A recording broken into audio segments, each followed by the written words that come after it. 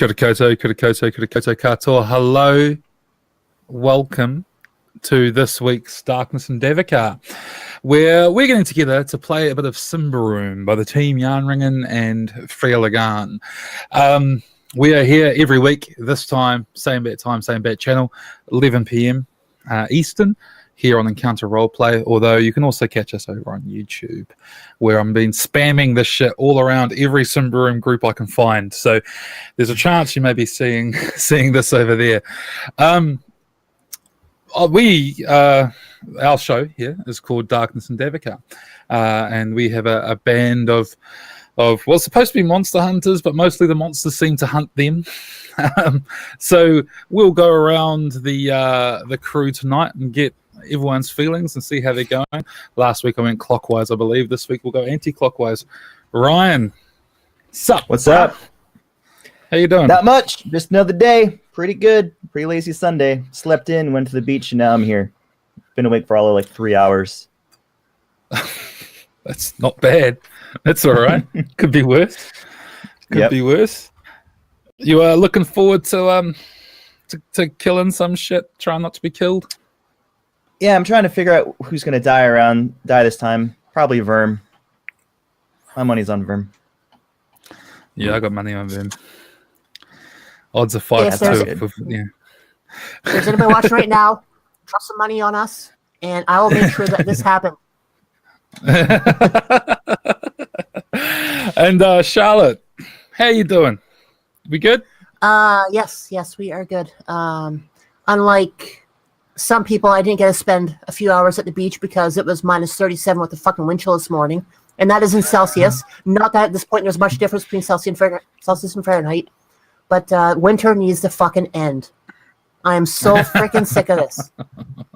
It's like another frozen wasteland up here. Last year, we had 6 months straight of negative temperatures. We were below zero for 6 months out of the freaking year. And now we've had our coldest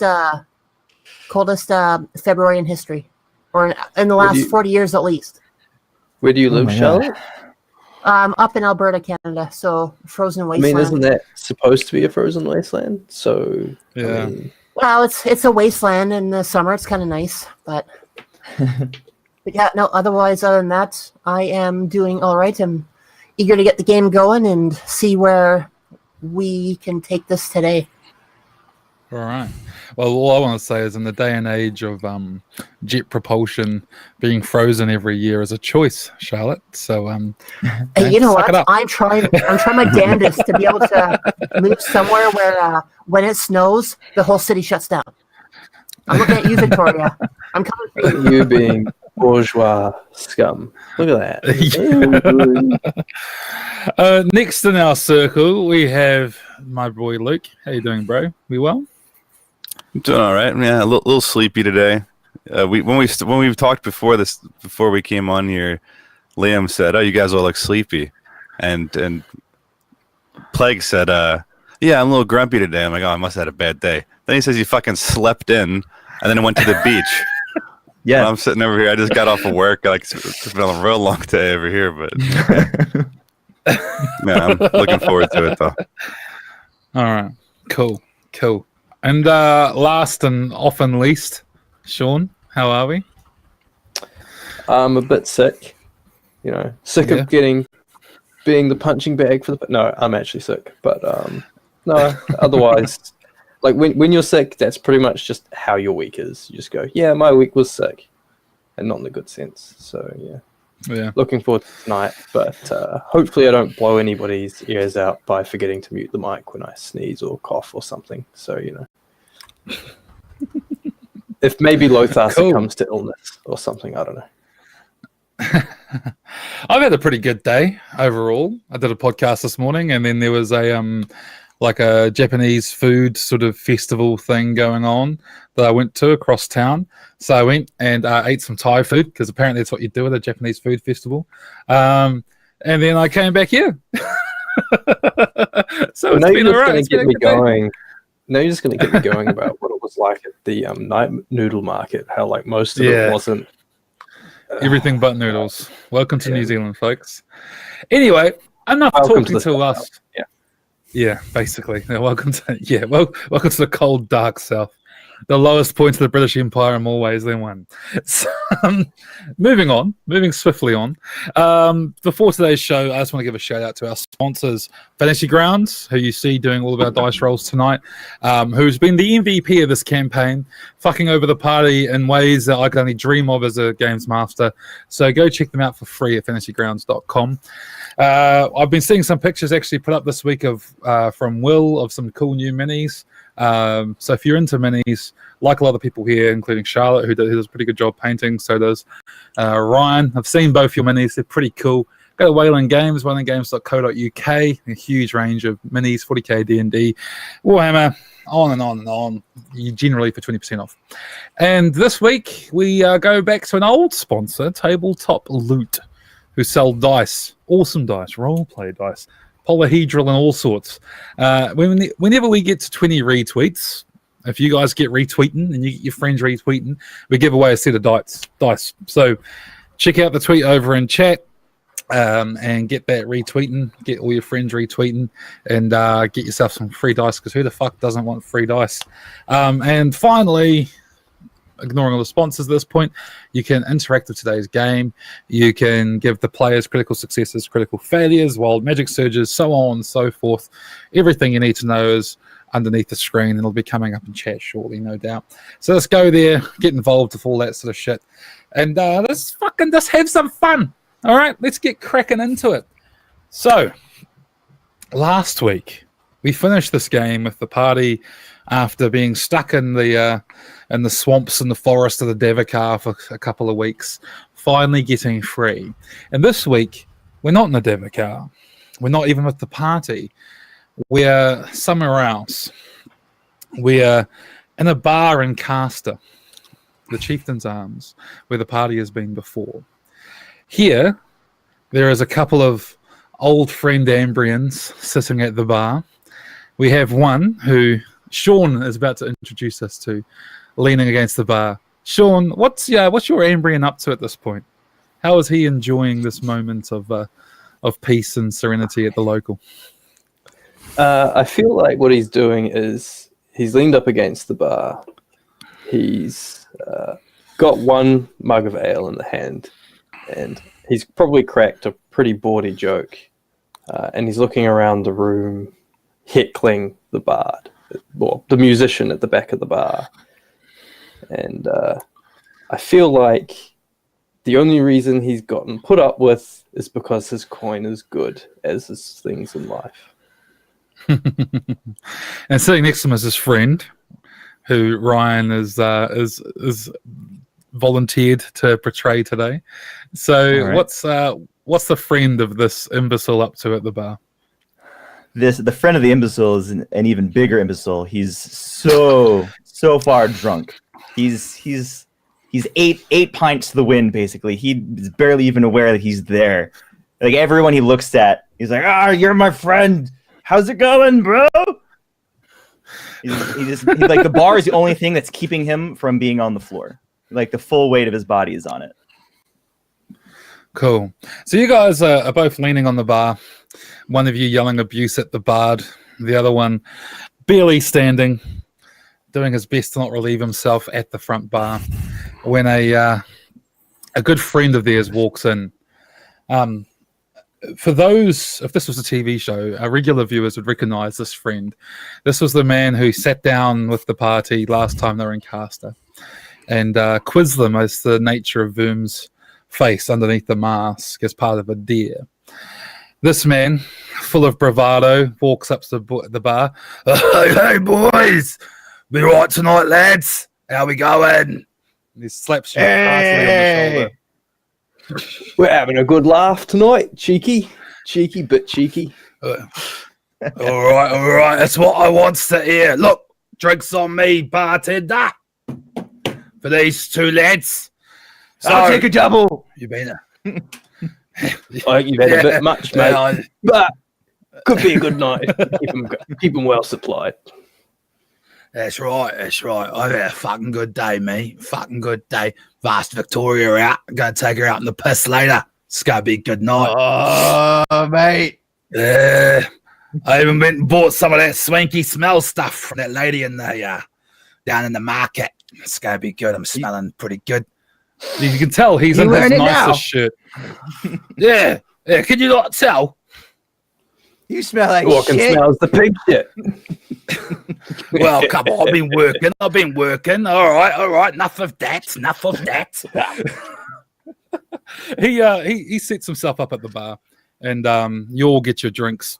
He even orders a bit of a light meal because he doesn't want to look too fat by eating a full meal in front of his potential date later. So he's having a light dinner first, which is steak and some other bits and pieces on the side.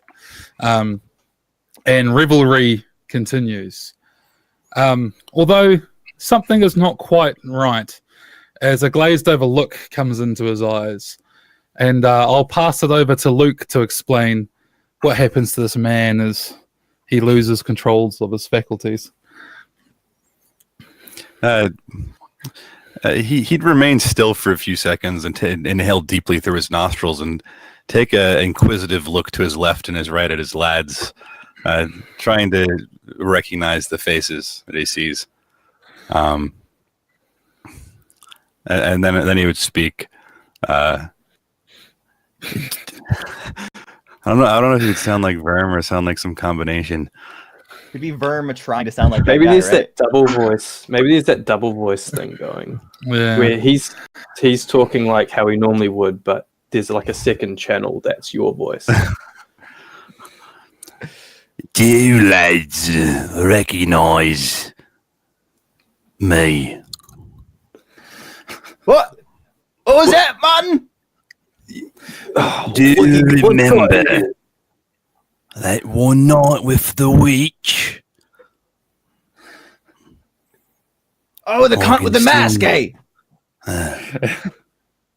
It was a good laugh, but why are you bringing that up now? Well, I still see his face in me dreams. Do you see him when you sleep? Stop taking the piss. When you close your eyes? This is getting a bit weird, mate. Didn't figure you'd be into witches. Oh, perhaps when you slumber amongst the worms this eve, you'll remember him so. Then he reaches for the dagger at his side and will lunge toward one of their necks with the dagger to try to, slice their jugulars open.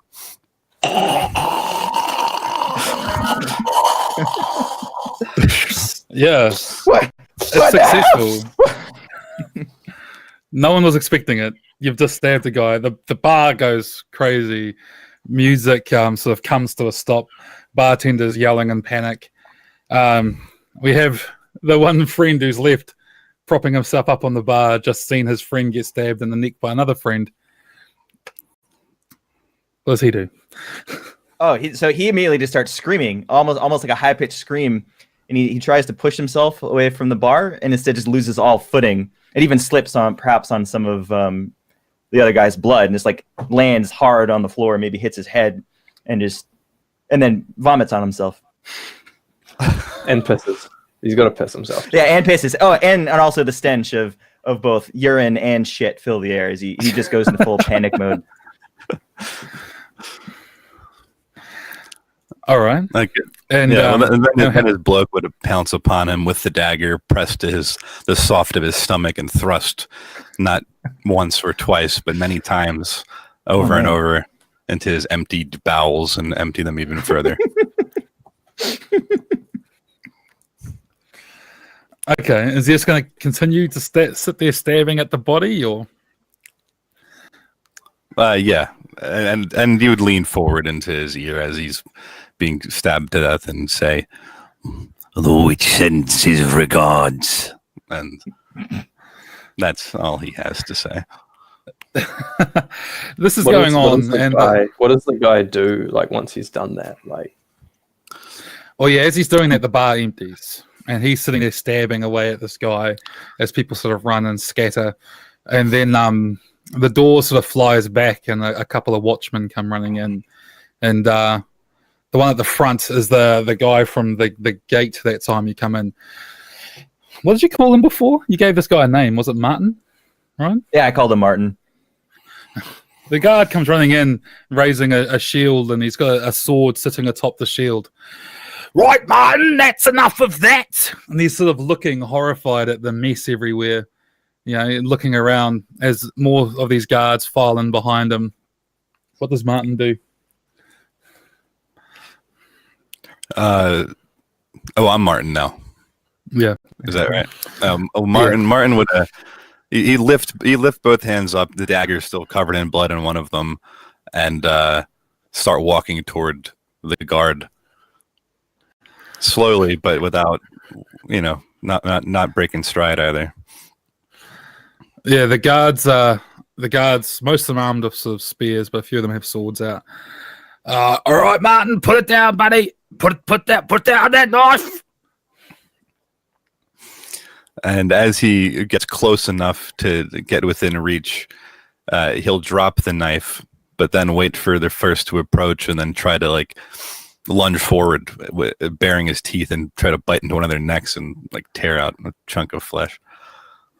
Yeah, he lunges on a guy before the other guards sort of descend upon him and start thrusting at him with their swords. And as his life energy sort of bleeds out of him, the scene flips back to Verm, eyes rolled back in his head, sitting in his witch's circle as he comes to from in the evening near a campfire, having completed his possession. Excellent. The rest of the party the rest of the party is sitting around. You're near the river where you've been dropped off. You left Malema a couple of days ago, resupplied, re-equipped, having been escorted there by the barbarian tribes that were helping you out after the previous session. You came north a few days and then were dropped off at the request of Verm, whose master is near here and whom he needs to visit in order to learn a thing or two. How much of that Verm's told you, I'm not sure. So, set scene.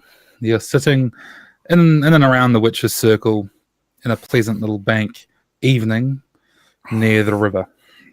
I don't know how much Verm's described about his situation and why he needs to go and see his master. I'll leave that up to Luke. He would have described up until now about it being about cleansing his corruption. But as he comes to from the witch's circle, he cocks his head back and breathes in deeply. The first stage is complete toward cleansing my soul. Next, we'll need to move. To where? Wherever my master resides. He does move from time to time, but once we're close enough, perhaps you'll smell the stench of him. Oh, that's unpleasant. All right. Oh, come on. We should be used to this by now. Why do we have to go see your master there, Verm? I told you, Shulfin. The corruption that taints my soul must be lifted, transferred to another. It will have to be Vilsfin, of course, but I believe he can shoulder such a burden. It will only be his first. That's unfortunate for Vilsfin. Even more so for you. For me. But he will not carry yours. That is for you to carry alone. We all have our burdens. There is something about Vildsvin being a familiar and being of a linked intelligence with Verm. Vildsvin doesn't often act like a pig. He's obviously a wild animal or sourced from a wild animal, but there's an intelligence about Vildsvin that you don't expect from most wild animals. And you notice that in recent days, Vildsvin's been acting in a way that you'd assume to be sort of anxious Vildsvin seems restless at times, and somewhat sort of, just anxious. You know how when you're around a dog, you can tell when the dog's unhappy. They're sort of whining and they're clawing at things and stuff. Vildsvin has very much been acting like that recently because, unlike most wild animals, given his nature of a connection with Verm, he probably has an understanding of what corruption is. And he'll do whatever his master wishes him to do. But no one wants corruption.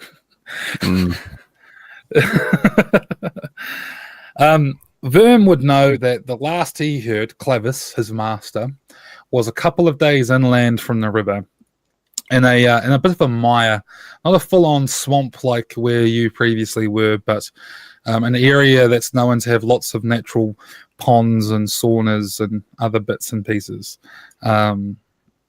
And in there's a series of limestone caves amongst which he tends to move about and inhabit these caves. And that's the last place Verm knew him to be. Verm hasn't seen him in quite some time, but he expects to go there and find them. And in Verm's experience, if Clavis wants to be found, you'll find him.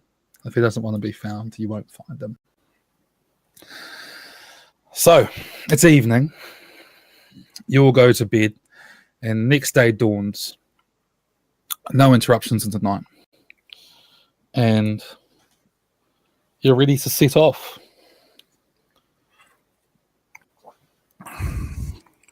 With oh yeah, you managed to sleep just fine. By the way, all your wounds and everything are recovered from previous. The barbarians have fully basically reset your characters at this point, so healing and stuff's taken care of. All that sort of stuff's taken care of. So you head inland, and having nowhere to really go, there's no point rolling navigation checks. You sort of just make your way inland. Over time, the forest sort of has a gradual shift, and by the end of the first day, around you, you're starting to find these big pools, the surface covered in muck and large lilies, and around them all you can just hear the sound of amphibians and insects and things chirping away. This isn't the muddy, miserable swamp that you were in just a week or two ago. This is a bit different. It's a slight sort of almost fantastical feel about it. When you're looking in pictures of fantasy books, they'll show like Arthurian style swamps where you've got these round pools full of lilies and things, but the land around them seems to be dry and the place seems to be quite pleasant. You're more or less in that kind of an environment. Something here feels old and very different, but not, like I said, not the cloying, miserable swamp that you previously were moving about in. It's the end of the first day. You set camp. Do you set up your witches' circle while you're in this area, Vern? Yeah, it would. Now, I should ask, are you guys attempting to move stealthily? Are you wanting to try and get the jump on Clavis, or are you just walking in boldly?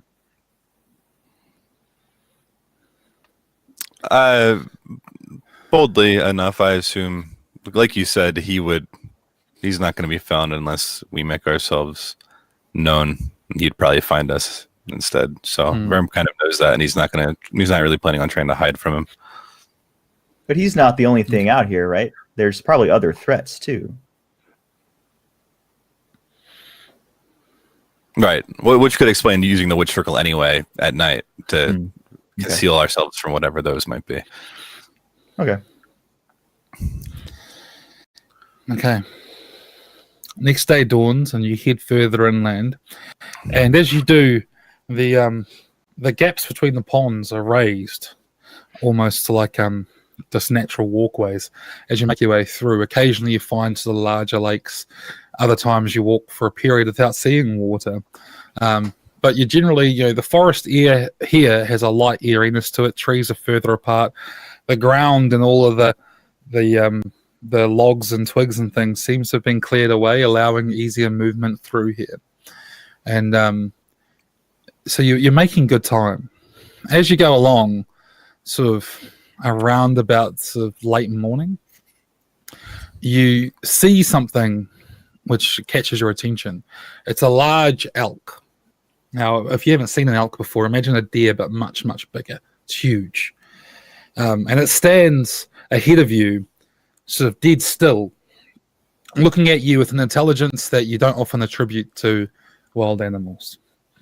However, this elk is not normal for its sort. Most elks are sort of a light tan or a silvery color. This one is white, completely white. Its eyes shine red in the light, although around the edges of the eyes is that crusty sort of muck that animals sometimes get when their eyes are dirty. It has giant antlers spread out in a rack that's very sharp and pointed with many tips, although you can see that it's in the process of losing its velvet. So the antlers have this disturbing look about them, as skin seems to be hanging from them and they seem to be bleeding, as if the antlers have forced their way through a layer of skin, because that's effectively what they're doing. But more worryingly, and this is the thing that really catches your attention, these antlers on its head aren't the only antler protrusions coming from this creature. Mimicking the antlers, though smaller gradually, down its neck and spine are consecutive racks of further antlers, almost like a spiny growth you'd expect to see on some sort of lizard-like creature, with more antlers growing from its neck, its shoulders, its spine, and progressively each pair getting smaller and smaller, all of which are in the process of velveting. They all look bloody. They're all protruding from the furry velvet, and they're all sort of red and slick with this viscera that comes from this process. Feel free to Google velveting antlers if you want to know what it looks like. It looks pretty gross. Sounds pretty metal. Yeah, and this thing is standing there astride the path, like right angles to you, but its head's up and it's looking at you, which comes across as a kind of an unnatural way for an animal to look. Normally when a deer or something does that, it puts its head up, looks at you and runs away. This one's just standing there looking at you, looking incredibly calm and in control of its faculties. What do you do? Can I attempt a beast lore check to see if this is some sort of creature I might know about? Sure, go for it. Yeah, that's a success. Okay. No. It looks like, from your experience, apart from the growths down its spine, it looks just like a elk. It looks like it's an albino, given its color and its eyes. But you've never heard of anything that has protrusions growing like little antlers all down its spine and back. Verm, does this have anything to do with you or your master? Does Verm recognize this No. as familiar? You don't recognize this. You do know that that Clavis has a habit of going through familiars. So you'd expect them to have a new one from when you last saw them. It doesn't seem like, I mean, it seems odd, but it doesn't seem like the oddities as a result of corruption. Like, is it that sort of Could be. manifestation? So it could be that sort of, Yeah, very much could be. That'd be my assumption. Verm I'm would going to use, start drawing an arrow. yeah, Verm would use Witch Sight while she draws her arrow. Okay. Yeah, roll your stuff. Yeah, It's shadow. Nah, that wasn't a good roll. Nah, you automatically get witch sight, don't you? You just have to roll for corruption. Am I right? Oh, okay. Am I wrong? I could be wrong, but I'll double check. Yeah, you look at it, and you can see quite clearly that it is corrupt. It has a shadow of sort of red with black flecks coming in on it. Imagine like an autumn leaf, like a reddy golden orange, although around the edges where it's crumbling away is this blackness is seeping into its shadow and soul. You also notice a thread leading from it away into the forest, which normally means it has some sort of link with some other being. Not yet, Joven. This very well could be a familiar, much like Vildsvin is. So long as it is calm and doesn't attack, we are fine. Oh, there is a threat to follow. I still proceed to knock my arrow, but I'll leave my bow loose. So what you're saying is this looks familiar to you? Yes, somewhat. It's hard to say yet, but there is a trail to follow. Well, this could only get more stereotypical witch if there was a cave or something, and your witch master was a witch in a cave in a swamp with this mystical beast thing here. What do you know of witches other than fairy tales and cauldrons, eyes of newts, brewing potions? You know nothing outside. I've seen you use all of these things, so... Well, he doesn't use a cauldron. Be fair, Lothar. You have not seen him use a cauldron, but that does not mean he would not. I have distinctly seen him use the eye of a newt for some things.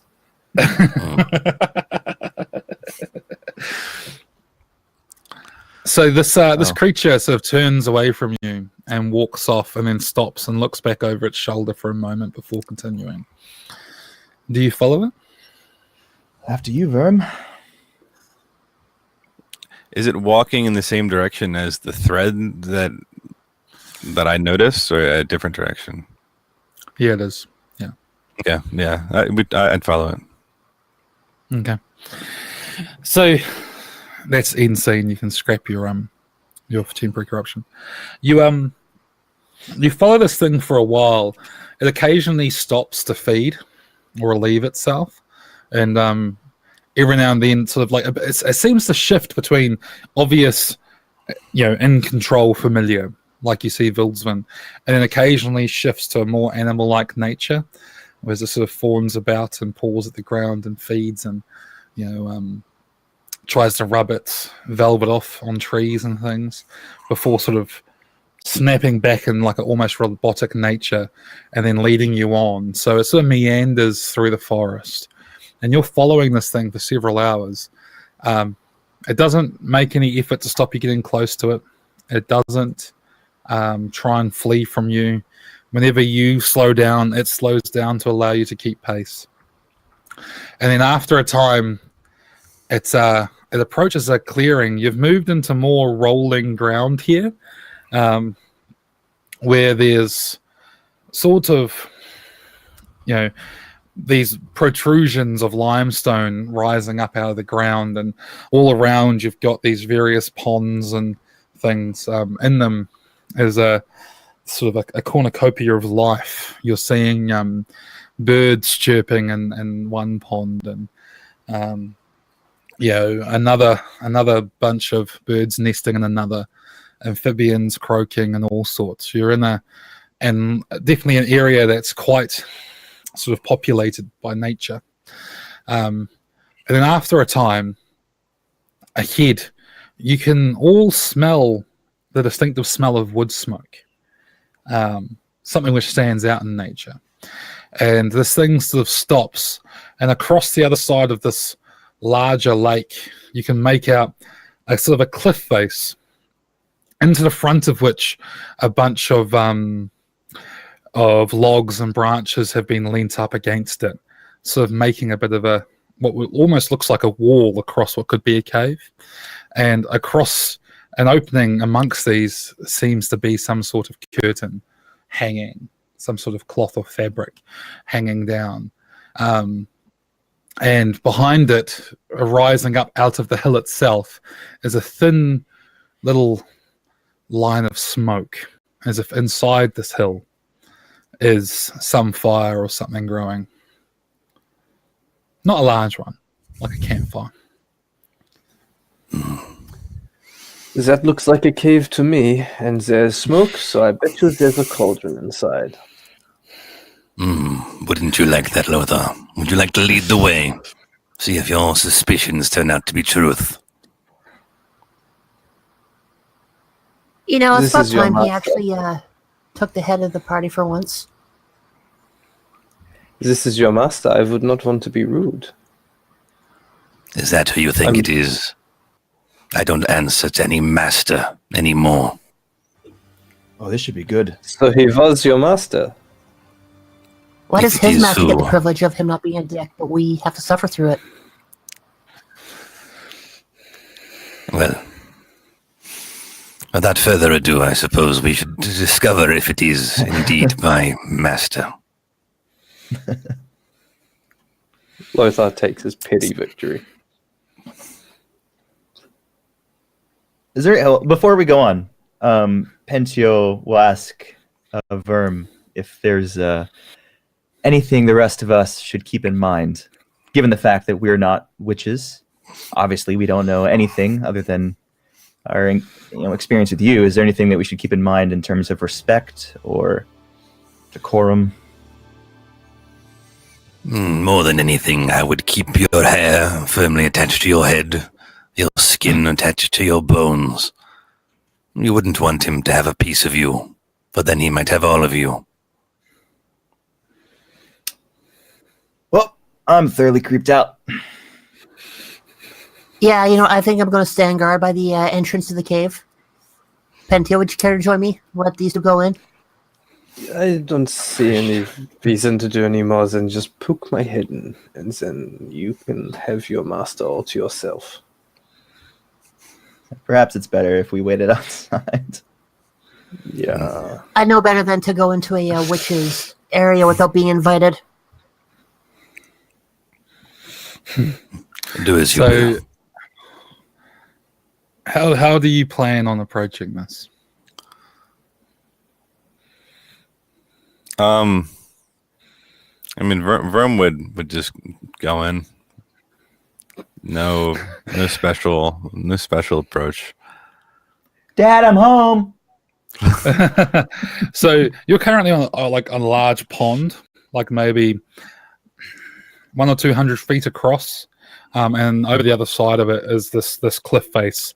Are you all going to go around the pond to approach the cliff face? Are you guys seen Verm off on his lonesome, or? I imagine Pentio would go with Verm right up until actually going inside, like through the curtain or whatever it was. But Pentio won't go inside the actual witch's den. Yeah, I'll be the same. I'm not going in, but I'll stand guard on the outside.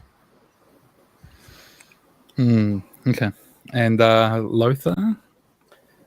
I mean, Lothar will position himself so that he can see in when the curtain's pulled across, but he won't necessarily go in.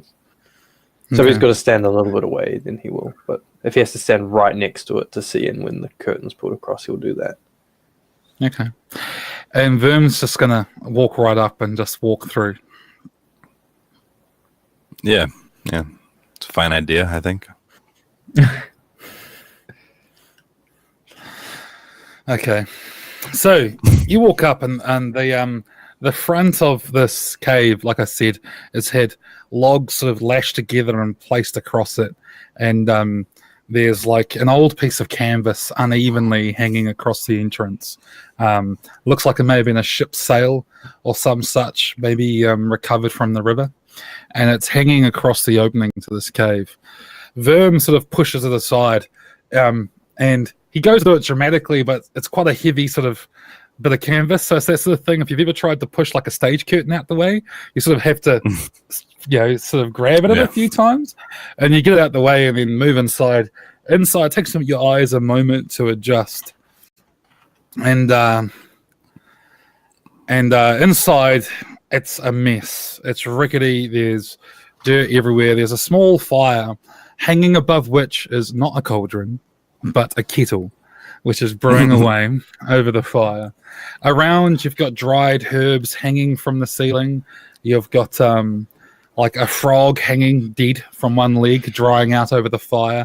The implements of an alchemist scattered everywhere. There's not much light. The only light you get is from the fire and from the hole in the ceiling that the fire is venting up through. So it's very dingy, and around there's bits of net hanging down, and the cave has sort of been partitioned off with nets and things. And you hear from behind one of these nets a voice that Verm has heard many times before, and the rest of you are hearing muffled from outside. As Then, what god did I insult in the previous life to be cursed with your constant belligerent hounding and pestering of me? What brings you here? If you didn't want me here, you would not have led me here. I followed what I assumed to be your familiar. That was an invitation, was it not? That blasted creature had a mind of its own at times. I see you've still got the pig. What was its name? Wildsvin. Yes. And there's like movement from behind one of the nets, and sort of coming around the edge of the net is this curled over, crooked old man. Liver spots discoloring his head as he's got little strands of hair left where he's mostly balding, no teeth, eyes runny and mostly milky. Or you assume this man, if he's not completely blind, he's very close to it. His fingernails are long and claw-like, and he's missing several fingers. His hands are covered in warts, and he's wearing bedraggled, nasty robes and holding himself up on a long stick. So, has he got green skin? No, he does not. Pallid, very discolored. This man could easily be, you're not sure, he could easily be 90 years old as he comes around. We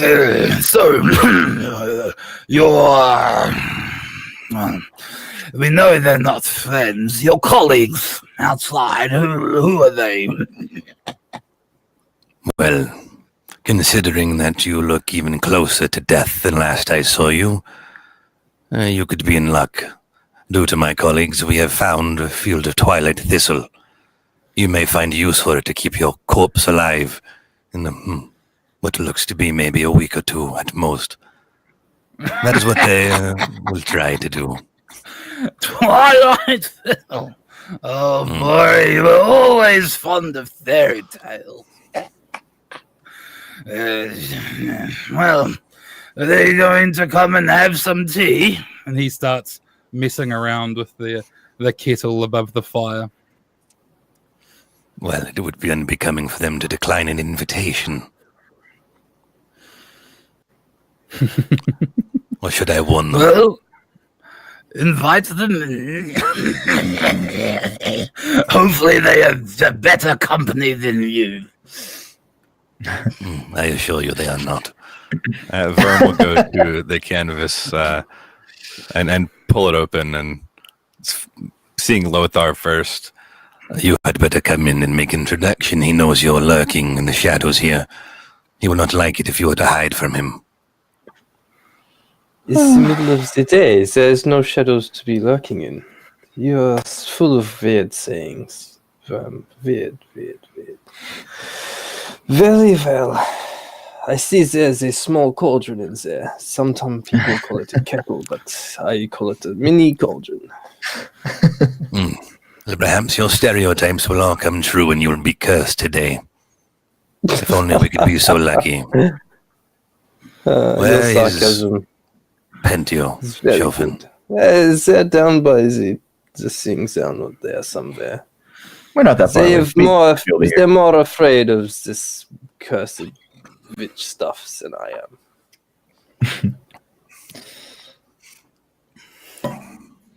Seeing the exchange from afar, Pentio will come up, fearing that they've been invited in.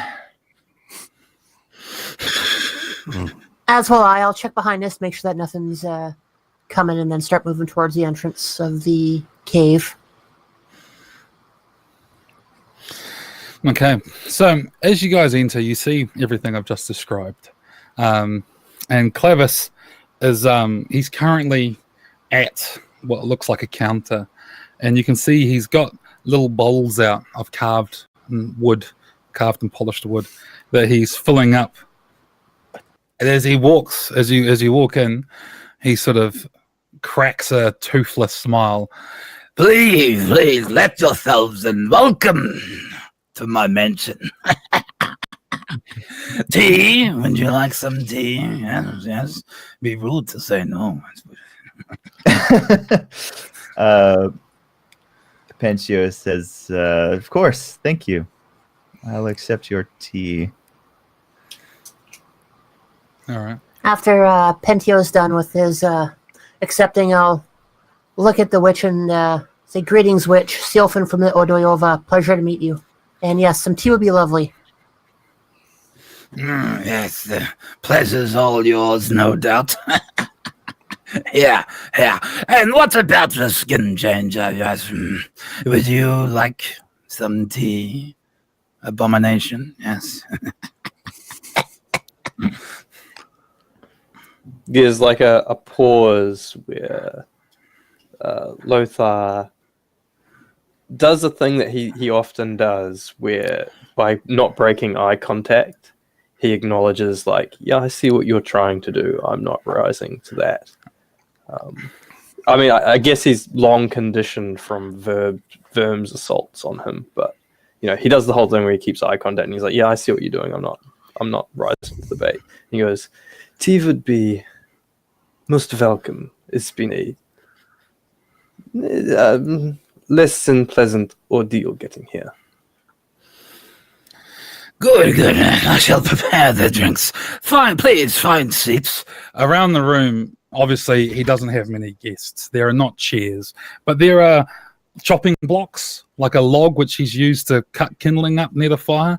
Another, which you can tell by the stains on it, is probably used to cut up small game and animals that he finds out here, maybe fish. The stains across the top of it being remaining. And generally, you can find places to sort of sit yourselves, although they're all uncomfortable. There's only one chair, which is clearly his, and another chair off to the side, like a stool, which Verm has already taken position on, knowing that the stool exists, having previously been in this guy's accommodation. And the rest of you make yourselves comfortable. He hands you all a bowl with a black tea in it, quite a strong smell. And he sort of sits down and slurps loudly in a way which I can't mimic because I have teeth. But he slurps at this bowl of tea. Yes. Please, drink up. So,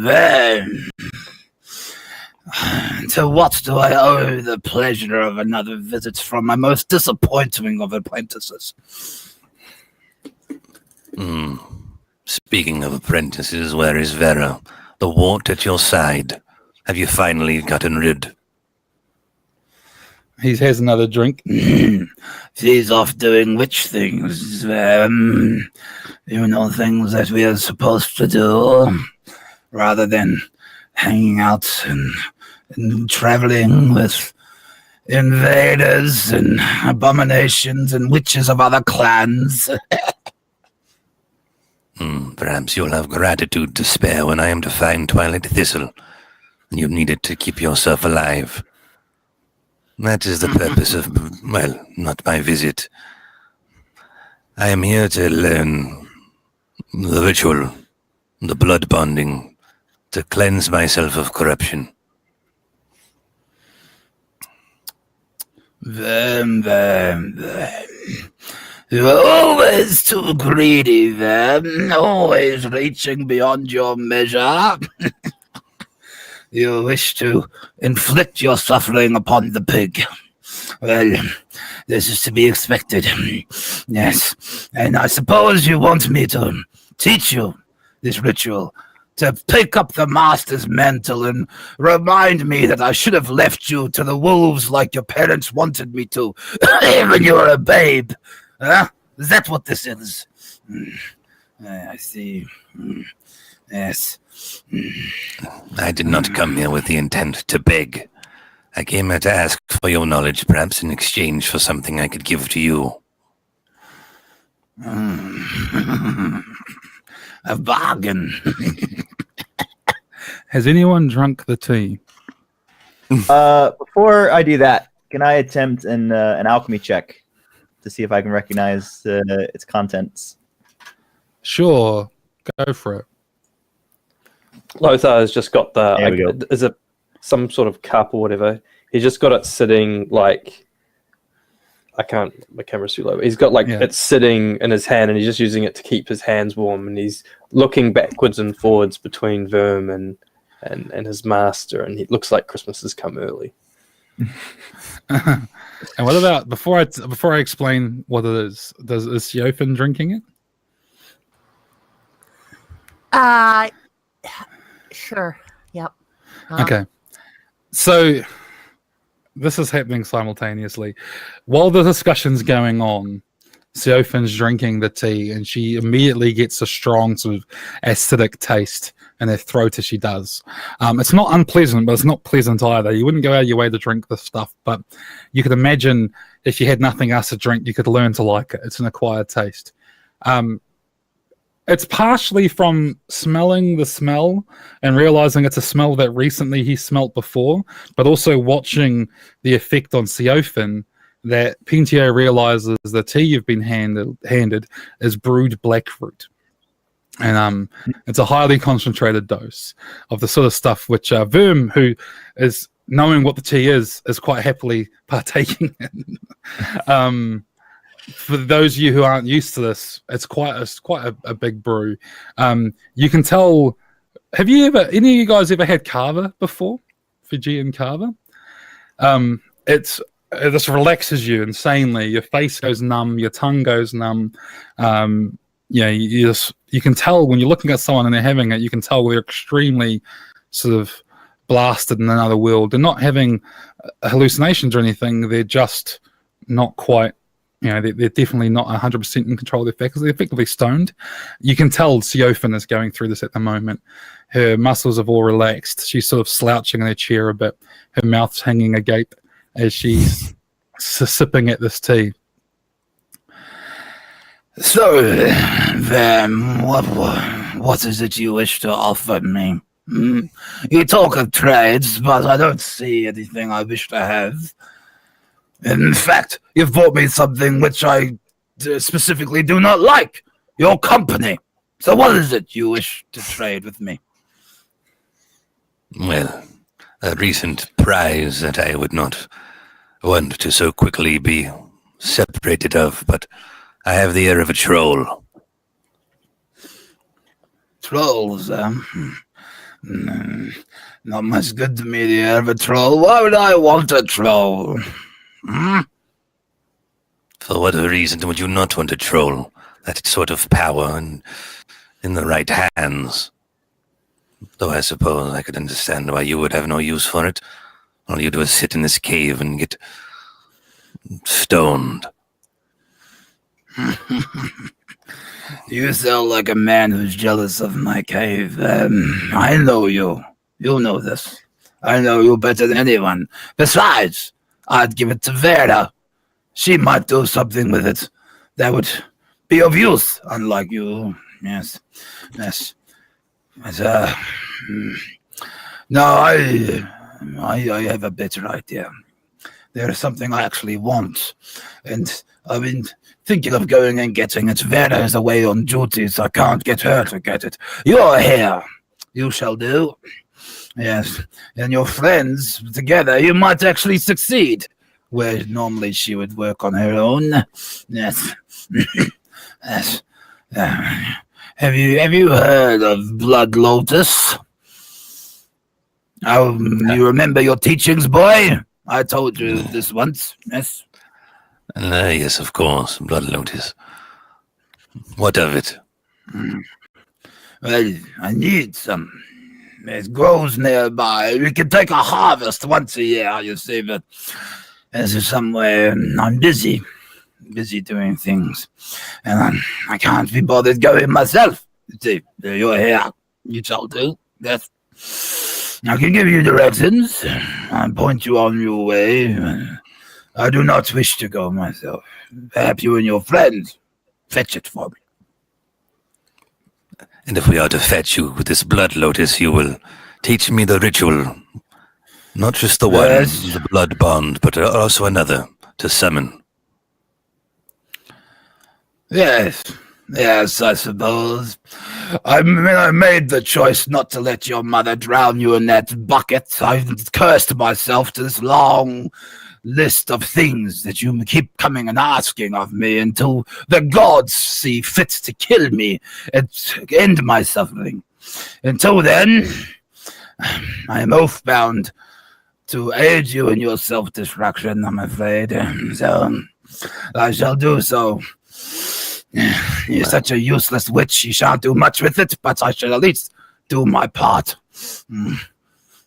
Well, we had better make haste then, for it looks like your oath may not last much longer. Yes, sure, yes, I shall die a cold, lonely man in my hill, where you go fetch some fabled thistle, and some gods shall start walking the earth, and Vildven will grow wings and fly. Yes, we shall see. Right. Does anyone else drink the tea? Nope. It's a really hard voice to do, by the way. I bet. So Pinto does the trying to thing throw- as he's realizing what it is. He goes, and then he pretends, but then doesn't actually drink it, fooling no one because he's not getting stoned. I feel like Lothar's enjoying. He's enjoying the back and forth too much that it takes until the end of the encounter where he'll just take a sip. So Okay. Yeah, and it's pretty strong stuff. It knocks you on your ass. It's not unpleasant, but like your thoughts are very cloudy, and everything sort of slows down around you, and you struggle to sort of partake in the discussion. He goes on to explain that nearby there is, a day or two's travel away north, there is another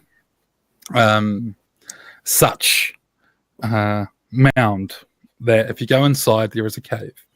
Inside this cave structure, you will find a grotto in which grows this blood orchid. He assures you that there's nothing untoward to do with this place.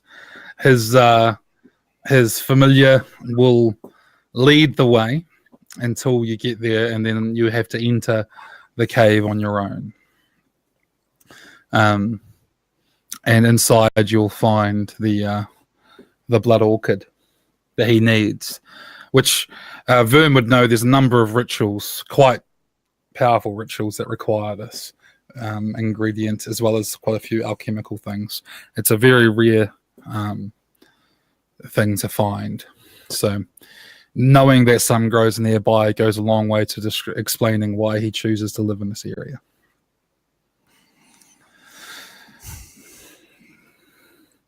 So the two of you who aren't stoned, you're welcome to ask him any questions or partake with him on anything, while the other two sit there in a haze.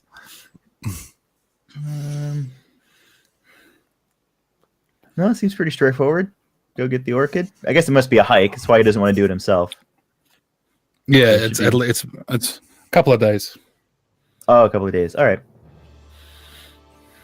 I have Yeah, only a anything, question as to why you would have us do what your familiar could. You say there is no danger, but that Vera couldn't do it alone. Is there something we should expect? Vam, your ears have always been painted on. Vera does this for me regularly, within her duties every year, but she is off partaking to something she needs to do. None of your business what that is. But as a result, she can't go and gather this orchid. And I need you to do it. The familiar, being an elk, does not have hands with which to pick flowers without destroying the plant and destroying my crop. You bloody imbecile. This is why you were a terrible apprentice and a horrible witch. Very well. You would regret those words one day if you were alive to regret. Until then, we will get your orchid and we will return in several days. I trust you can survive long enough to grant me my reward. The Davokar and all of the useless apprentices within it try their best and have failed to kill me yet. I shall see you when you return then. Get out of here. Take your stink with you, especially the changeling. Yes, go. I shall see you when you return. Yeah, he'd get up and he'd leave. Yeah, Penchu doesn't hesitate. He thanks him for the tea, bows his head a little bit, puts it on the ground, and makes haste out of the door. As soon as you leave, you can hear shuffling and That bastard didn't even drink his tea. as he's clearing everyone's cups. Outside, you're greeted by the elk standing right outside the door, waiting for you. And not wasting any time, the elk moves off through the woods. Now, does anyone... I need to sort of know, is anyone doing anything in particular? What's everybody up to? Are we doing any particular order of march? Well, Penchu would immediately, he'd walk alongside Verm, and this is just more for role-playing purposes, but he'd be like, did that man raise you? In a way, I wouldn't consider him a guardian, but perhaps a mentor of sorts. All right, that explains a lot. Do you think would he seek to test you in this trial? I doubt. And he's trying to speak a little bit quietly because, obviously he'd assumed the familiar could overhear it. He could be doing witchy things, and he's like, would he seek to test you on this? It doesn't seem like a hard task. He's a bored old man who has it out for me and always has. Of course, there is some kind of trick he wishes to play, but it's nothing we can't overcome. Well, you know what they say about family. And Penduak doesn't actually end that. He just says, "Oh, I know what to say," but doesn't actually finish that. And I guess Pentu would take point, walking in front. The others would be coming to their senses in about half an hour or so as you're walking along. Like I said, it's not an unpleasant feeling, but now you've sort of got the come down, so you're feeling tired and fatigued and very slow and sluggish, but you're cognizant of your surroundings at least. The elk is leading you on a path that seems to be winding. It's moving between some of these ponds. At times it sort of stops and sniffs the air and changes direction, but it's moving in a more or less northerly direction. It carries on for the rest of the day, not stopping to give you guys a chance to stop and have lunch or anything. It pushes through before it reaches some sort of arbitrary stop, and it just spot, and it just stops. And it does that thing that animals do. This is towards the end of the day, maybe 5 p.m.-ish, where it circles around several times, and then it just plonks itself down, clearly signifying that this is where it intends to make camp. Now, are we using our usual order of watch at nighttime in the camp? Is everyone sleeping through the night in the Witcher Circle? What are we doing? Yeah, I can't see any reason why we wouldn't. Yeah, we're still Okay. still in dangerous unknown territory, so we'll do the Pentio will do his whole watch thing. We're not all Okay. stoned. So the order of watch, if I remember correctly, was Pentio, Lothar, Siofin, Verm. Is that right? Something similar to that, I think. Yeah. Yeah. Okay. That works. Okay. Cool. So you guys settle down. You set up your witch's circle, and this area, like I said, is quite noisy. There's birds cackling off amongst the ponds. You can hear, crickets start chirping. Other various life you expect in such a rich area. You can see long-legged birds sort of walking through the ponds and eating insects and things. You're not feeling particularly isolated here. You all bed down, and during Lothar's watch, you hear whispering somewhere on the wind outside the circle. What kind of whispering? Like conspiratorial, like the way people tell secrets to each other. Like it's not like people are trying to necessarily sneak up on you. You know how you can hear like a hostile whisper? You can tell if someone's trying to not be heard compared to when people are almost trying to keep a secret. It sounds like the latter. Like imagine school kids whispering at the back of class. That sort of thing. Yeah, but I'm more meaning it definitely sounds like people. Right. It sounds like And a you can't- person. Singular. A person. Yeah. A single. Yeah. You don't hear a response, you just hear this one whisper. It's not getting louder or closer or anything, right? No, so it sounds like it's maybe 10 or 15 meters away, just outside the circle. I think Lothar... Can he see if anybody else is awake? No, everyone's sleeping. Okay. Like the elf's Unless- not disturbed. What we'll do the pig's though, not actually, disturbed. Ryan, you want to roll your resolute? Yeah, I failed. So Pentio's Pentio's been tossing restless. and turning all night. Yeah, he's very restless.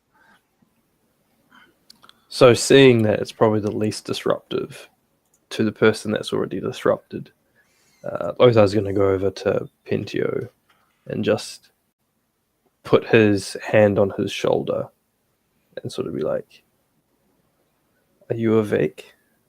Yeah, what is it? Is there some Pentio comes kind to a of- start like he was fighting something.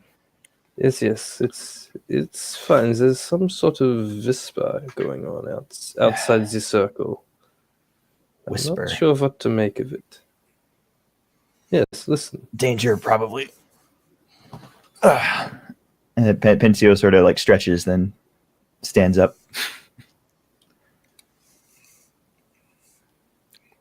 Okay. And then tries to listen for the whisper. Both of you, could you please roll me a vigilance test? It's in the dark, so we'll go for a -3. No. Hey. Ooh, okay.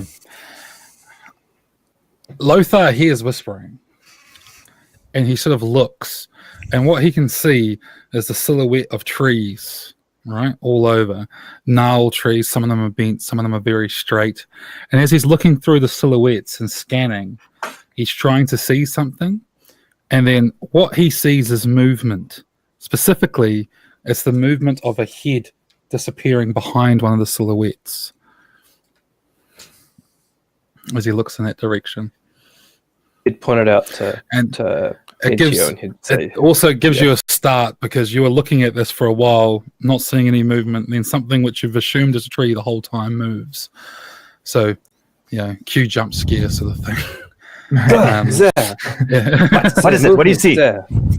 There's some sort Pentio of like head shape. he immediately I think draws his sword.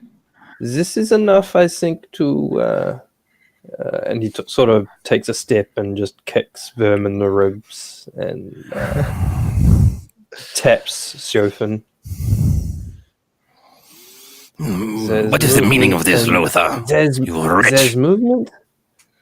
Hey, I am not your master. There's no need to take that tone with me. There's movement out there. Movement?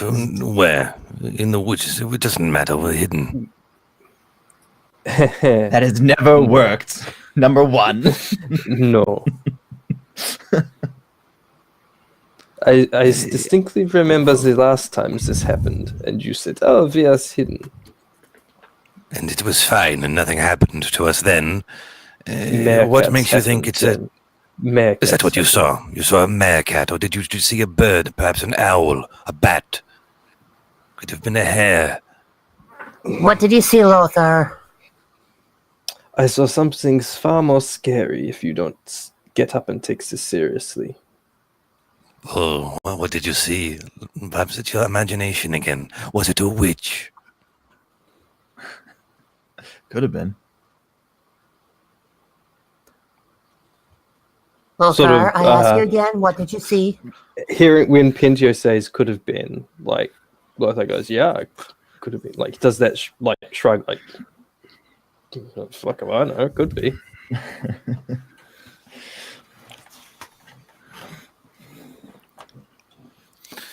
Well, let's just say if it comes to nothing, you have wasted 5 minutes and you can go back to bed. But if it is something and then poof, arrow comes out of the darkness and into you, well, don't come crying to me to come heal you. It Not just 5 minutes. If you've never heard of REM sleep, fool. No, he probably has not. Is that when your master came to you and he did things and made you a grumpy man? Is that what happens? Is that what you and your masters used to call it? REM sleep. You know very little of what me and my master have done. I'm sure I do, and I would want to keep it that way. If it would make me as angry and upset as you, well. And then Lothar will ignore and turn back out and look outside the circle and see if he can spot where that figure moved to. Yeah, you look back out, you see trees. Many, many trees. Roll a vigilance test.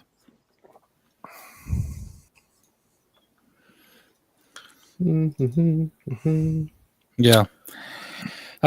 You are confident you are seeing the trees.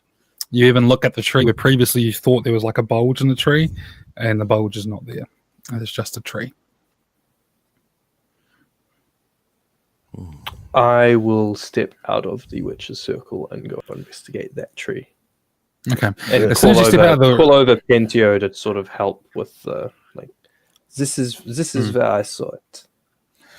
As soon as you leave the witch's circle, because it sort of controls the atmosphere a wee bit, you're instantly hit by cold, and it's like a wet cold, like a chill that goes right to your bones, because you've been nearing winter. You're far to the north. Sort of like you're in a frozen shithole wasteland in Alberta, Canada, or something. That sort of something like that. Yeah. Exactly. Yeah. Bit more wet, maybe, but yeah. And you sort of make your way out towards the tree. You're confident. You because you rolled a 1. You're actually confident you're at the right tree. Like you're looking at the tree as you walk towards it. You get there. Nothing. Pentio will get to the ground and search for tracks. No marks, no scrapes, nothing like that. Yeah, well, roll to track it, which is either cunning or vigilant, whichever you wish to use. He's cunning. You should call me over and have me use vigilance to track it for you. He's, I mean, Pentio might, but Lothar has taken the cold response, and he's ignoring those that gave him a cold response. So he wouldn't, but Pentio might. Yeah, you both look around. You can't see any tracks. You see no sign that anyone has been standing here at all.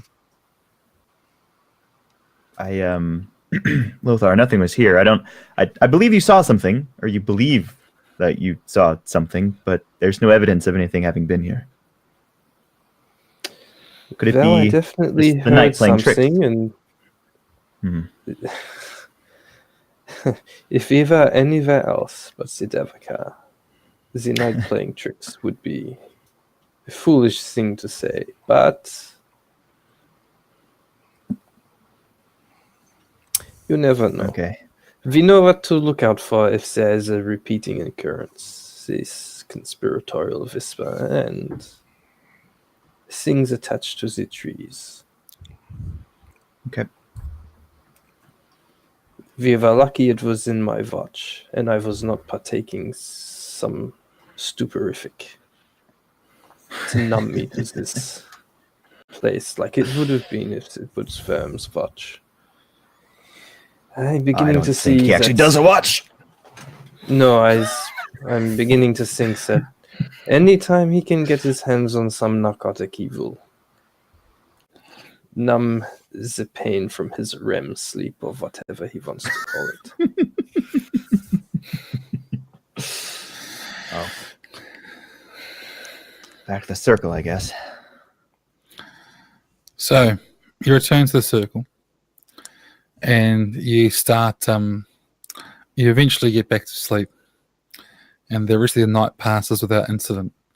Early on, the elk, very early on, is nudging you all, which is quite a disturbing thing, because you wake up with this elk nudging you, and like I said, its antlers are in the process of dropping its velvet, so this velvet's hanging down like bloody skin, and so you sort of wake up with this flap, this sort of dangling in front of you, and it's not a pleasant experience.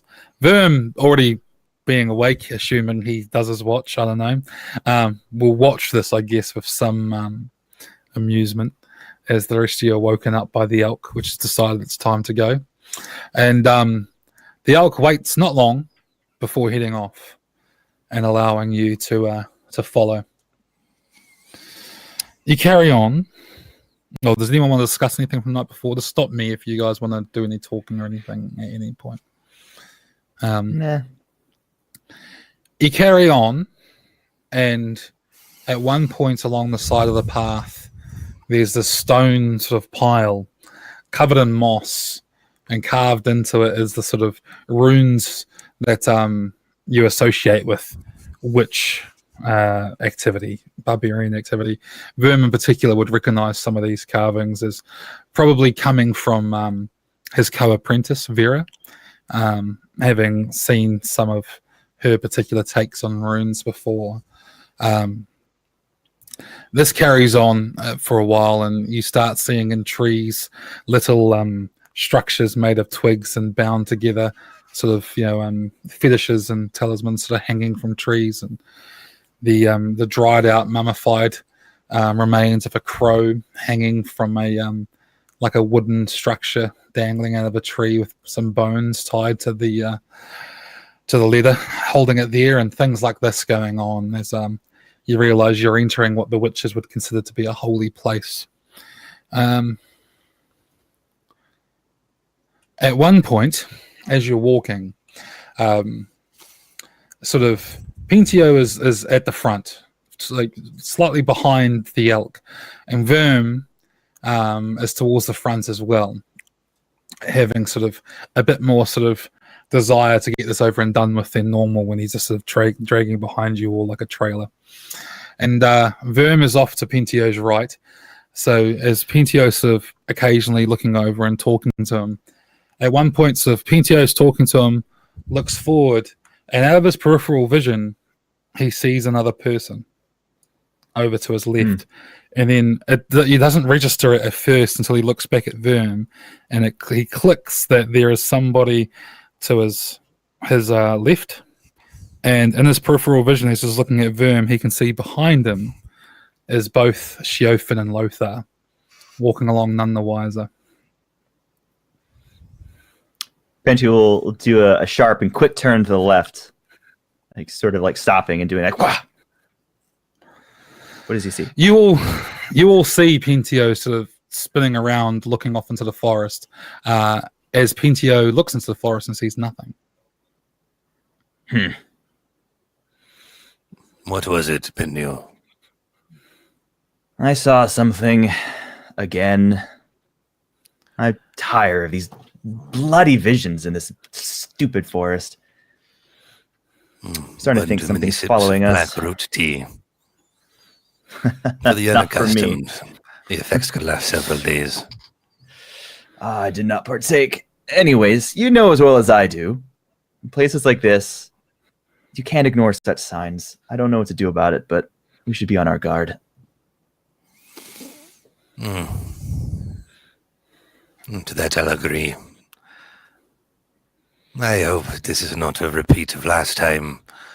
Fighting hallucinations every attempt my magic. I don't think that'll be the case. It would be bothersome. Do we hear all of that? Yeah. Well, at least we know what Worm's visions were that were causing him such distress in the past adventure. Your master is weighs on your mind, I think. As Lothar giggles, the wind around you picks up and you can hear laughter on the wind, as if somebody else is laughing at his joke. Bleh. Well, you finally found yourself an audience, Lothar. At least somebody here thinks you're funny. The spirits are talking to me. Oh, I'm the witch now. You would be wise not to mock the stop spirits, Lothar. I'm not mocking the spirits, I'm mocking you. If you cannot tell the mock us difference, both. then... Well, one more than the other. One deserves it more than the other.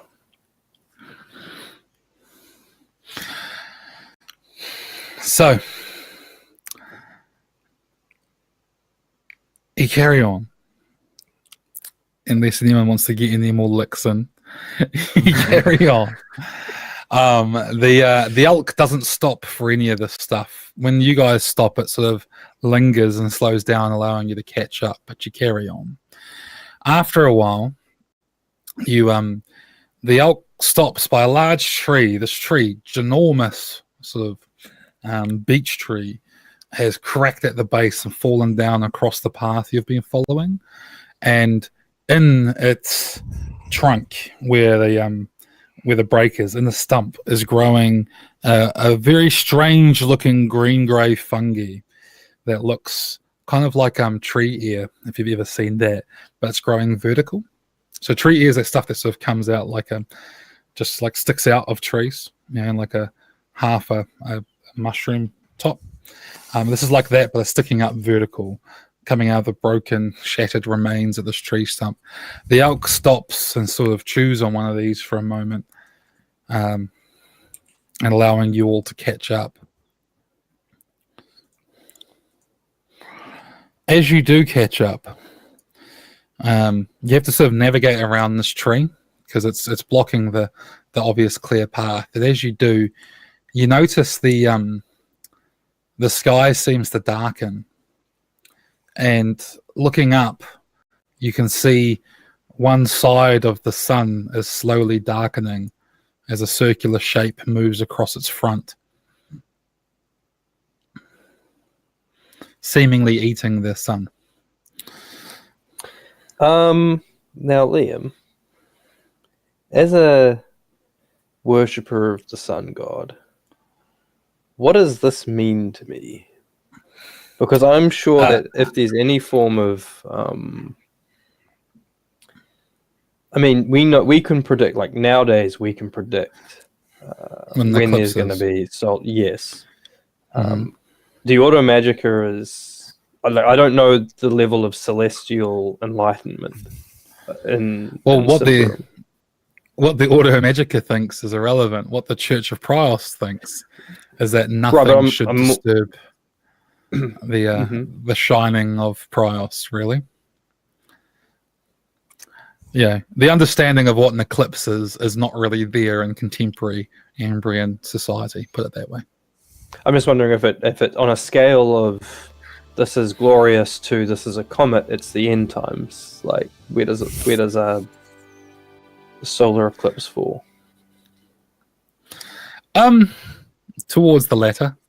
It's definitely an omen. Yeah.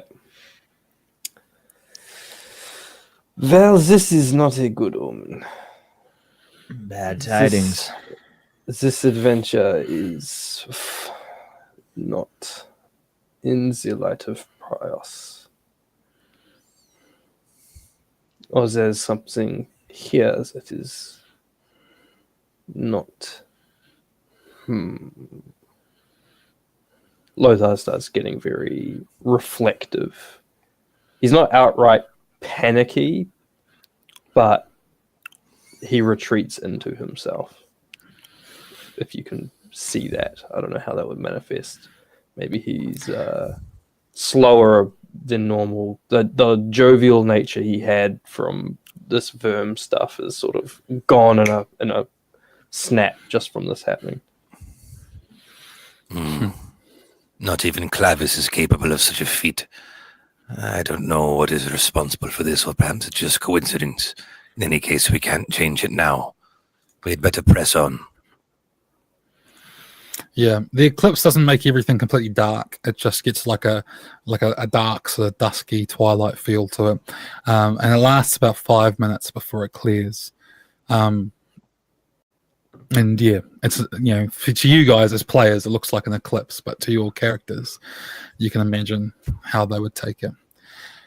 You carry on, and you start moving through these big mounds, where sometimes you see limestone rising up out of them.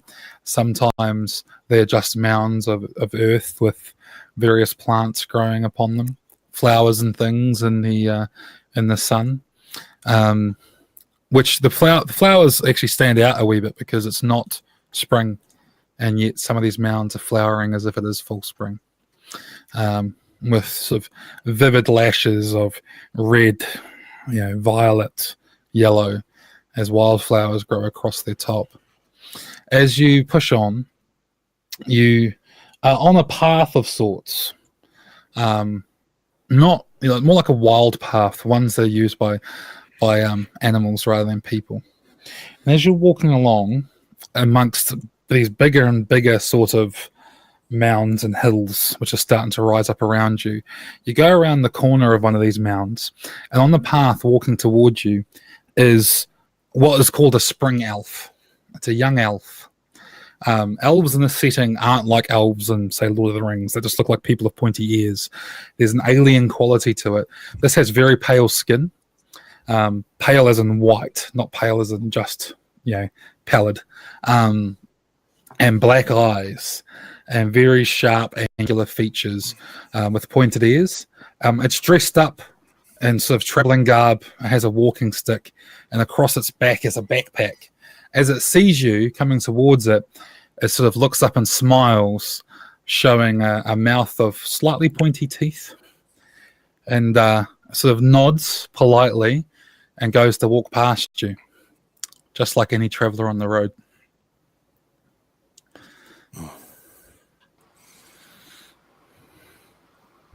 Well met and good travels, I say to him as I let him pass. It's a she, and I said, she says, DM. God damn. in stilted sort of common. You too. And it smiles, nodding as it carries on past you. Seeing elves at all as an Ambrian is like, this is probably Lothar's first interaction with an elf at all. It's almost certainly everyone's first interaction. Those of you who have spent a lot of time in the Davokar may have seen elves in the distance previously, especially in interactions with the Iron Pact. They've almost always been hostile when you've seen them. And they've never really been sort of this casual like this walking along.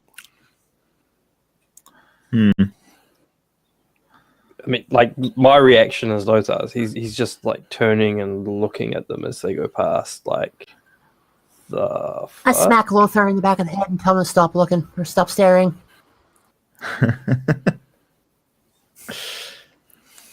Pangeo is barely able to like manage hello. What's Vim Verm 2 is doing? just observing and fantasizing about the things he could discover if he were to get a lock of that elf's hair, but Yeah, its hair is also white, just hanging down over its shoulders, long and straight. Like this does not. So all my knowledge of an elf would be that if you meet one and the Davokar is probably trying to kill you, right? Like, Oh yeah, Ambrians are basically taught elves are the devil. Like they are the enemy to Ambrians. Yeah.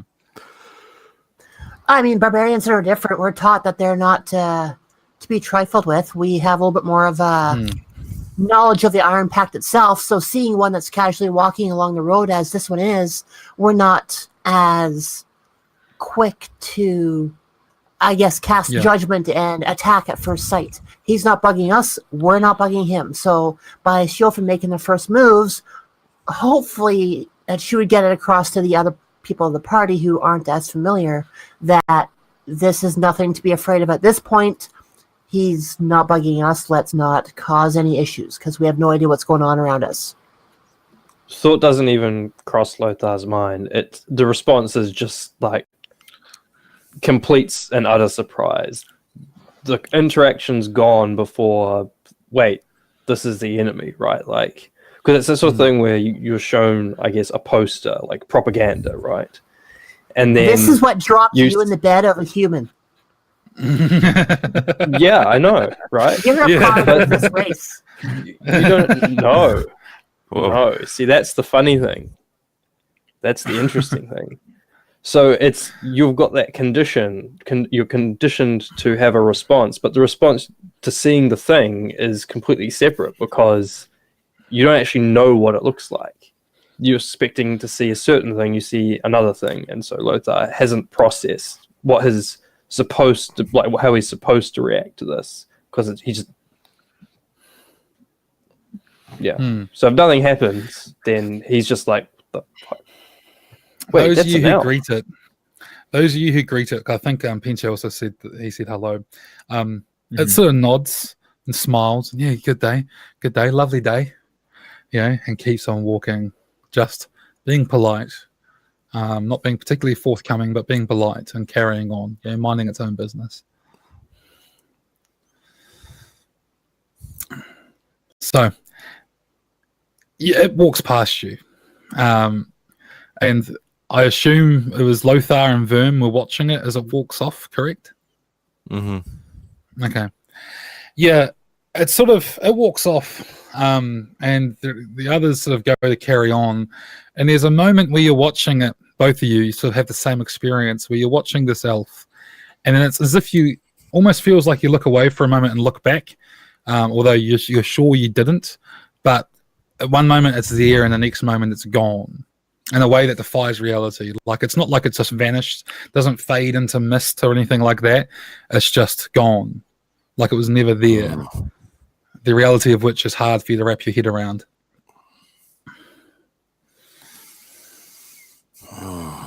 Let us not speak of it.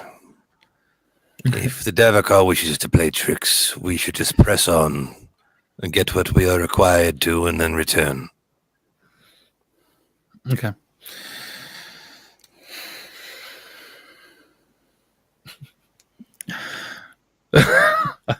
Lothar's having an existential crisis. If you hear him, he's probably at this point he's muttering to himself like, "This is a portent all bad. This is all bad." That's probably-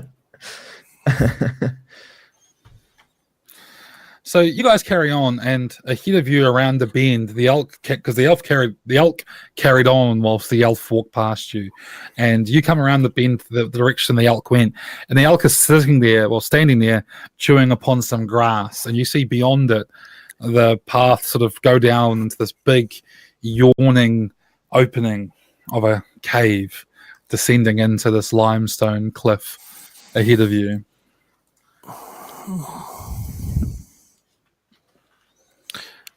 Well, it appears it is where we are meant to go.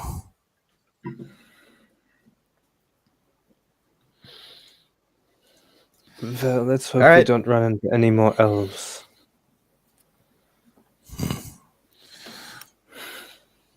You I believe he's saying that. Elves. you push into the you push down into this cave. It's a large cave. The ground here is well worn. You can see there's areas where when it rains the water flows down, but there's an obvious sort of raised area that almost looks as years of traveling over it by various people have shaped a natural path into the limestone, as limestoners want to do. It wears away quite easily. So you can follow this path, and with the aid of a torch, which I'm assuming one of you lights and carries, you're able to make your way into this cave. You're traveling through, and these are quite large sort of caverns down here. There's times where the cave sort of narrows, but for the most part it's big and open, and all around you can see sort of break-offs where if you wanted to you could carry on that way or that way, but the path seems to snake through this cavern. You move on for some time. In here it's quite quiet. After going through the swamps and things up above where there's lots of life, down here you can hear the dripping of stalactites, and you can hear sort of the squeaking of bats in the rafters of the cave. After a time you get the feeling like you're approaching sort of the end of the day, and you know that it's about time to set up camp.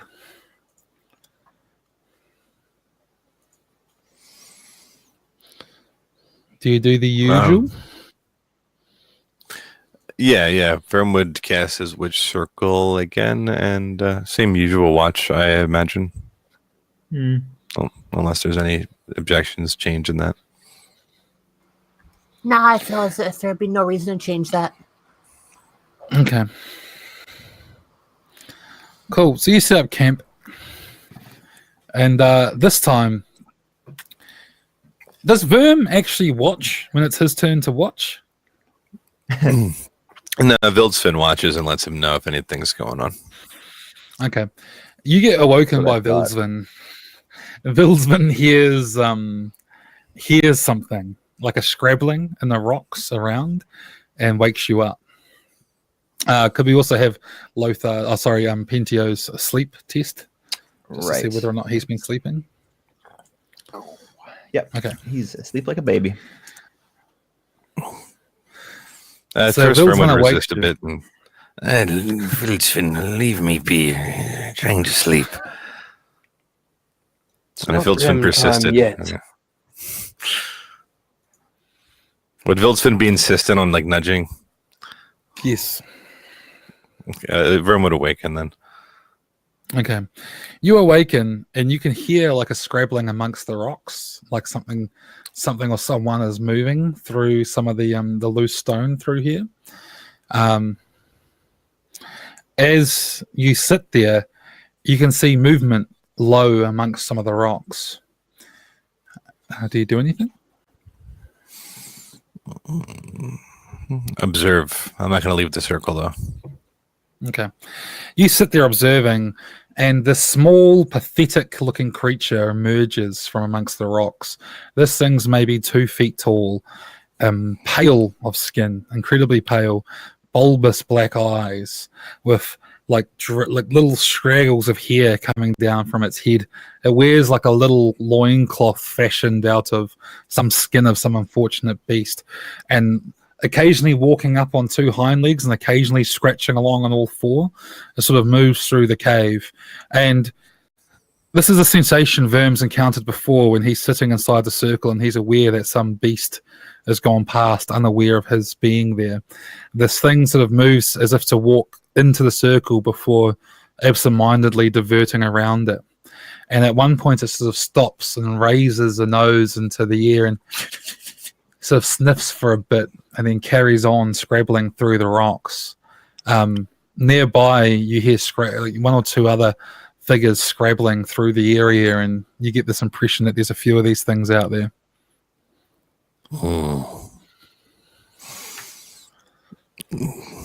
Vern would go over to Lothar and give him a friendly little kick in the ribs, paying it forward from the previous night. Lothar, wake up. And then do the same to Pentio and Chofin. There are creatures around here. I don't know how many, but I heard at least 2 or 3. Saw them, small and white. There's a Based off creature the right now trying to wake me up. Based off the You're description welcome he to gives, sleep the outside, small my- and white bulbous eyes, can Pentio try to do a beast lore check? Sure. Yeah, I'm going to do the same thing while trying to rack my brain for what's. Never mind. He's got this. You would need to see these things to be sure. There's a few different things it could be. Like, it could be a goblin. There's some offshoots of goblin as well, like called ill goblins. And there's another thing it could be as well called a troll shadow. It could kind of be any of those plus some unknown being out in the caves. You'd have to see it to know.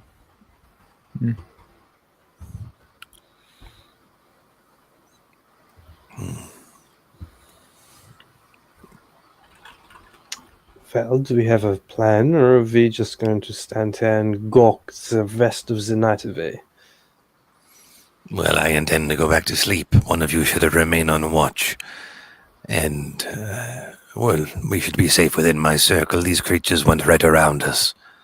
It was effective against them. If only one of you were awake to witness it. Wait, what did you say? You go back to sleep? But it's your watch.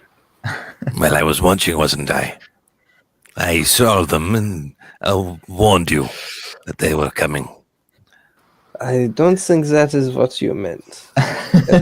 Lothar looks at Pentio like, Told you. Let him go to sleep. I'll start my watch now. It's not that much longer until it's my turn anyway. Well, This is the very end of the watch, right? So Yeah, it's I think towards it's morning. Yeah, Okay. so Pentio wouldn't bother going back to sleep. He'd just stay awake. Wait, is Verm at the end of the watch? I can't remember. I thought he was the first. Yeah. No. Or was no, it Lothar that towards was the first? end. It goes Pentio, Lothar, Siofin, Verm. Okay. So yeah, you get up in the morning and sort of carry on, pushing through this cave. At one point, you come across this large sort of open body of water. It's just like a still pool, no movement in it, apart from the occasional ripple of drops coming from stalactites up above. The reason why it grabs your attention is there is a shoe sitting on the shoreline, close to the water, the heel in the water itself. The shoe appears to be of human make. It's been sitting here for a while. But what you also notice is as you look out across the lake is its other, the pier of it, is sitting on the lake as if the lake itself was solid in the center of this little pond, maybe 100 feet across. how big are the shoes?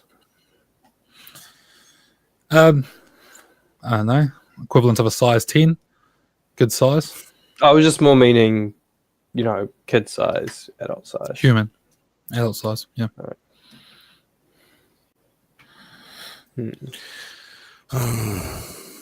This is not what we're here for. I don't understand why we should not interact with this. We should ignore it and go and get the orchid. That is what we're here for, the blood orchid, and that is it alone. Okay, after you. Actually, this is what is this blood orchid? I've never heard of it before. It's used in ritual magic, powerful magical effects, but Simple botanical purposes.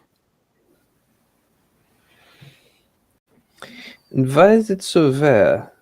Does it not... Is it require certain energies of the Davokar, or... It only grows atop the graves of murdered witches.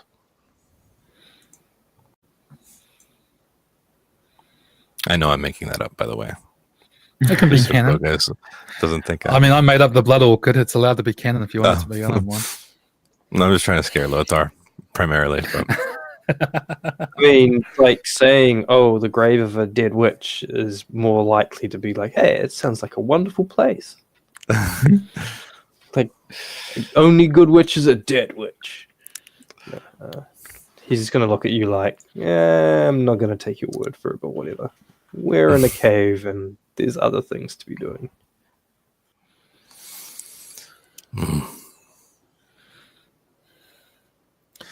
Okay, so you guys move away from this lake.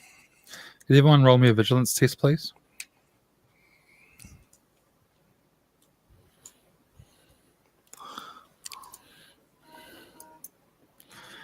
Oh, wow. You all pass. You all see, as you're walking along down one of the side passages, several sets of beady little eyes blinking as the light from your torch reflects off their black inkiness, as maybe 4 sets of eyes watch you walk past. Does any of these beasts you mentioned, Penju, try to create traps for their victims? Do they have that kind of low cunning? I imagine so. Yeah, absolutely. Like the different kinds of goblins. Yeah. Well, that is probably what we have here, then.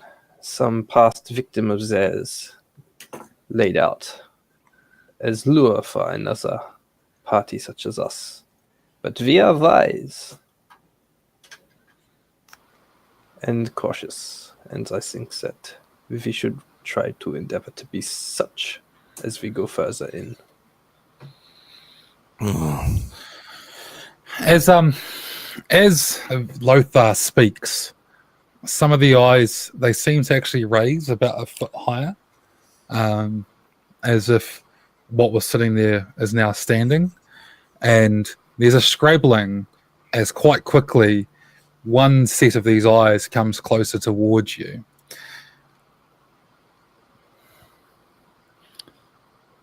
Are we doing anything? You can only see the eyes? At this stage, it's a bit far away, and what you're seeing is actually the reflection of the torch in the eyes as this thing comes towards you. It will be in the light of the torch shortly, but I'm asking if you do anything before it does. I'm going to instinctively draw an arrow and knock it while leaving the bow at rest. Penty will put himself between the party and the eyes. Yeah, this figure is pathetic and scrawny. It's white, pallid skin and crooked buck teeth sort of emerge into the light as it's sort of 2 to 3 feet tall. Like a goblin that hasn't seen a meal in many moons. This thing sort of emerges forward over broken ground, wearing like a little, like I said, a little sort of, I've forgotten the name. I wanted to say waistcoat, but that's completely wrong, and is painting the wrong picture. Loincloth, as it comes forward, and it sort of crouches and sort of reaches out towards you with crooked, bony fingers, and so it seems to look at you all with like a curiosity. You can hear sort of whining, like animal-like sort of whines or grunts behind you from the other sets of eyes as they seem to slowly make their way down. So we're surrounded? No, there's just 3 of them coming towards you from one side. Oh, okay, from the same direction. Can we... Is our backs clear? Or... like, is there behind you is anything the that we lake can see with the behind us? shoe on it. Yeah. To your So back we is the lake with the shoe on it. Are we trapped? No, in this you can room? go back the way you came. You know, that's fine. This is sort of coming from your front, not to the side. They don't I appear to be will. aggressive. Lothar will ask Pentio. What is? Are they usually swarm in large numbers, or they mainly use their deception, their traps? So now having seen them, do I know what they are? Roll another beast law check. You get +3. Seeing as you've got the description to go off and you're already thinking about these sorts of things. I make it with the +3. Yeah, you're pretty sure it's a troll shadow. Troll shadows are known about. The Queen's Rangers talk about them. You actually read a book once written by Queen's Rangers that it's like their guide to the dangers of the Davokar. And I'll read an excerpt from it now. These creatures, recognized by their gaunt physique and unhealthy complexion, should be avoided whenever possible. Alone, they are merely a distraction, but in groups, they become a growing threat. They steal whatever they can find, often destroying what they do not understand. In larger groups, they generate some kind of mystical power that is a serious threat to the integrity of a ranger squad. It should also be said that troll shadows seldom have any knowledge worth collecting or using unless one happens to be in search of an artifact, as these pitiful life forms seem to be able to detect the scent of such items. The downside is that what little help one receives comes at a greater cost than the mission can afford. The basic rule is simple: keep a safe distance or increase the distance by leaving something small for them to eat or occupy themselves with. And then the person who sold you this book has written in the margin, better to kill them on sight or you'll regret it! ! So Pentio doesn't actually respond to Lothar. He immediately lunges forward to strike the thing down in front of him. Okay. Yeah, sure, go for it. It tries to scramble away. You're welcome to attack. It's at -1 to your attack. Did I make it? You make it? Okay, roll damage. Yep.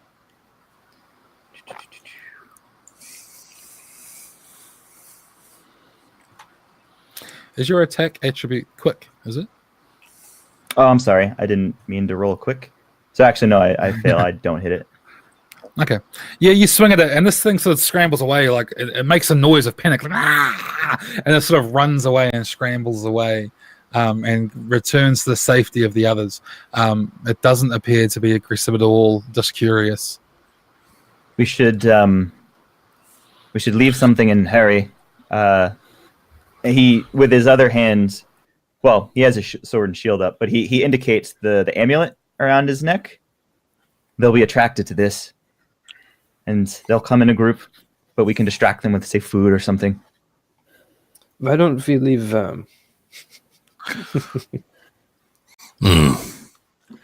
There's an argument to be made that I am the most glorious treasure of all, but I will not stay here, and we cannot turn back. We have to go forward.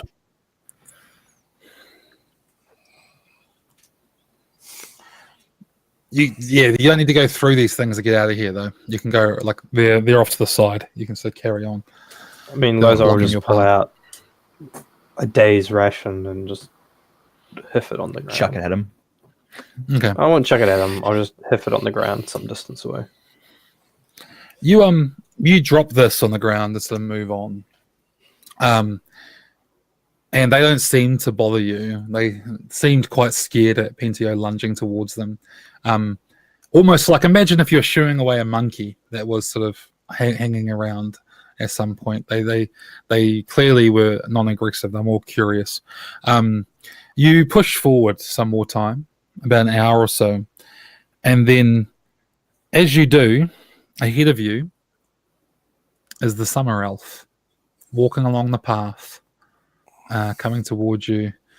And it nods, smiles. Good day. Steps aside, keeping to itself, and goes to make its way past you.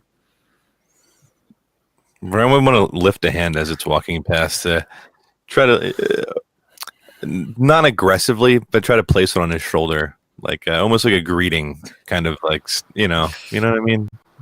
Not It's like an a her. aggressive, or her, not an aggressive. Your thing, fingers brush the shoulder of this elf, who sort of like steps back. You clearly touch it. It's physical.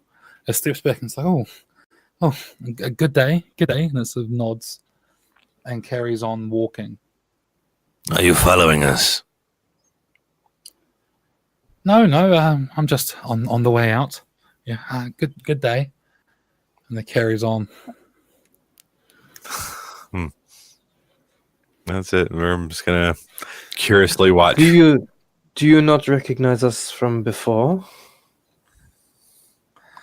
It sort of looks at you and squints. And, no, I can't say I do. So Perhaps you you got have not. mistaken for somebody else. No. No, I definitely. Well, I'm afraid I've been traveling on this path alone for some while, and these are the first people I've seen in some time. Well, It's a lovely day. Is it? Yes. Well, places to be. I'll be on my way. And it goes to move on. See you again soon, I'm sure. Safe travels, traveler. You too. And it vanishes off into the darkness of the cave. Well, Farah, not all elves look the same. That was very clearly the same elf, Chofin. Are you blind or are you just stupid? Be that as it may, not elves all look the same. So you're stupid then. Okay. What do you know of elves, Sean? Why would one be here? Let alone the same elf, traveling the same path, acting friendly toward a group of strangers. Doesn't make any sense. Commenting Do you on the seriously day. begin to stop and understand the Davokar for what it is? Do you not recall what we just went through? I recall very well. Obviously not if you're thinking that this could be the same elf and be surprised by it. The Davokar is full of mysteries. It is full of dangers. It is full of threats. Never take anything for granted around here. Never assume anything. Well, you just assumed that the Davokar is full of dangers. And it was the same elf. Okay. So, do you carry on? Yep. A short time later, not even 30 minutes, you come across a large cavern. This cavern has a hole in the ceiling with the sunlight shining down on it. And in the middle of this cavern is a large mound of rocks and stone piled up. All around it is a thick, low sort of fog, like almost dry ice sort of thick, around about sort of shin height, this wall of fog. And on this mound, you can see these vibrant red flowers raising up in the sunlight that's shining through the cavern. This is the first sunlight you've seen in some days. And all around is this mist fog rising from the stone floor of the cavern. You can see in the light now from this light that there's other caverns leading off away from this one. But you can tell that these rocks here are probably the only place within the cave that could have any sort of plant life that wasn't fungus, given the sunlight that comes through here. From above, vines dangle down from the hole, and trees sort of lean over the hole, but there is nothing that really, no way you could safely get down from up there or safely get up there. Ahead of you, the red flowers you see are almost certainly the flowers which you seek. The blood orchid. How long would it take to walk all the way around the cabin? Around it? Ooh, probably 40 minutes. So it's huge. Okay. A couple of rugby fields across, yeah. Yeah. That's not a 40-minute walk, mate. Anyway. Yeah, but I'm assuming you're taking caution on account of not being able to see the floor. Yeah.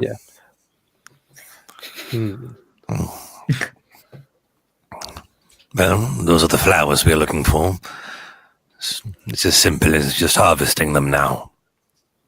And if Verm will Don't just damage begin them. walking toward the flowers, he's not gonna. There's been nothing simple about this so far. What do you mean? You've hallucinated several times. What else is new, Lothar? There's been no complication, not really. Not compared to what we faced before. Still walking toward the flowers. The portents are Warnings, all though. bad. The portents are bad. So You wouldn't Verm's hear walking that. He's towards the just muttering flowers. that as you walk off. Verm's walking towards the flowers. What's everyone else doing? In traditional form, Penchie will stand there and wait for the bad thing to happen. Okay. And I will be with Lothar him. I guess all three of us then are just standing there. Some Letting Verm do his thing. observing the cavern, trying to spot out motion. I guess because I guess everybody except Verm is expecting some shit to come out of the wall. No, Verm is expecting us to protect him while he's doing his job. This is a typical Yeah, right. scenario How's, where the I bomb do have a diffuser question. has to go and defuse the bomb while we wait for the bad shit to come at us. What are the elk and the pig? The elk didn't come into the cave. The elk stayed Okay. outside the cave. How's Vil's? Smart elk. He's always close Vil- to Verm's side. Yeah. I'm just like his demeanor. Has it become that of like an animal that's like,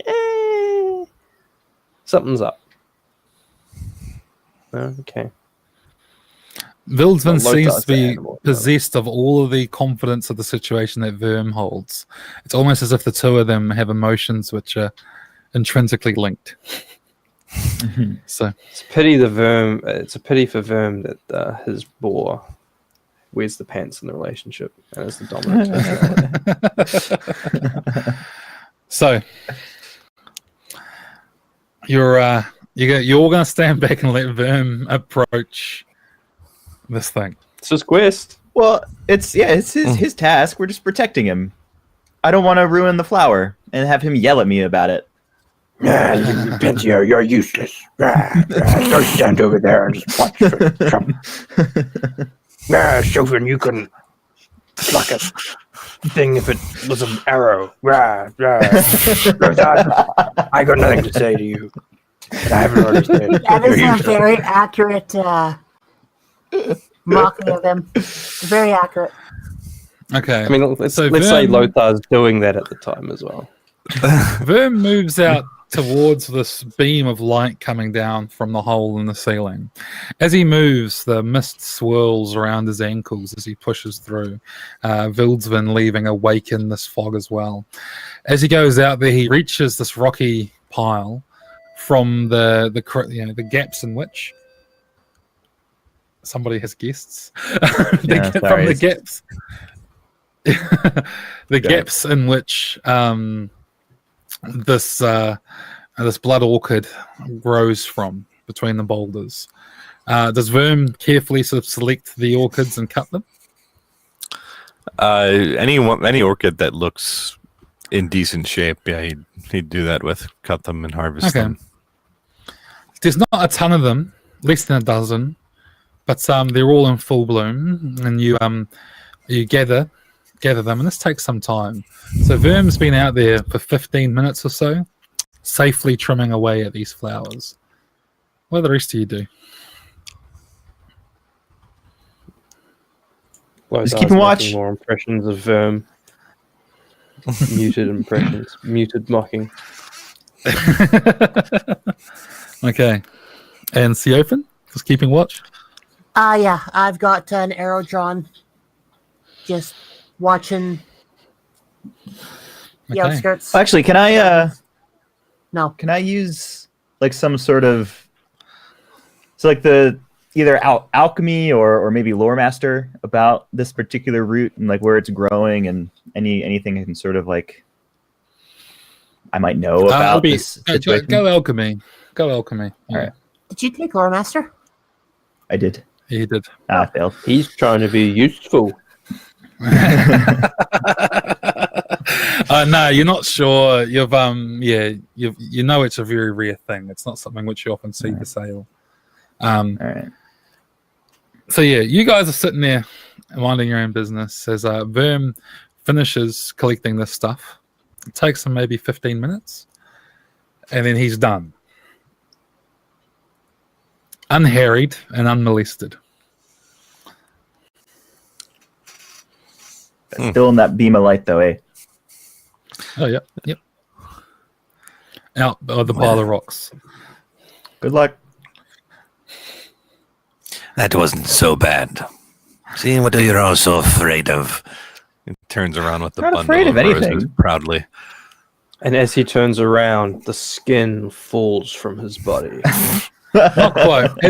As he turns around saying this is not quite so bad, you can see behind him the fog or the mist is sort of rising up over this pile of stones.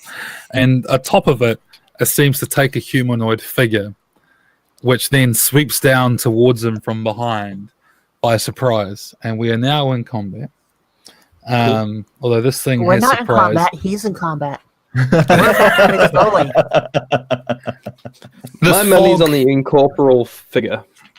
vaguely humanoid and corporal form, comes sweeping down and flies into Verm from behind. Could Verm please roll me? Ooh. Defense -5. So by fly into it, you mean like fly into him, like possessing Ooh, him, damn. or just It's crashing smacking, into him? it's smacking into him. What's your defense? 15, so that's a Okay. pass. Yeah, maybe you see the look on the faces of the people off ahead of you, and you realize that they're like, "Oh shit!" And you sort of drop to the ground, and this fog-like being sort of whooshes over you, and then it climbs into the air up between the other three and yourself, high up off the ground. Again, vaguely human-like form, and because of the light coming down and striking its mist-like figure, it seems to glow in the light. Now we are going around to initiative. I just realised I don't have our sheet open, so yeah. Me, Pentio, Verm, Lothar, I think is what it is. Yeah. Verm, then yeah, something like that. So yeah, first I believe it's you. What do you do, Chef? Okay, so he is getting attacked. Well, he's getting something run into him Mhm. from behind. Yeah, well, Do it's I now have a up in the air. It's up in the air between you guys, floating in the sky between you all. What is this thing? Is there any discernible marks on this thing other than it's an incorporeal form? Like, does it look like anything that we would recognize? Is No, it tangible? it just looks like it's a human-like figure made of mist, sort of floating in the air. Okay, well, I'm going to shoot it, like I want to do. Okay, roll to hit. It's a +3 to hit.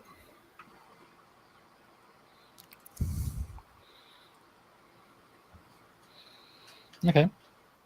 Yeah, you hit it. Roll damage. Your arrow flies up and strikes the fog-like figure up above.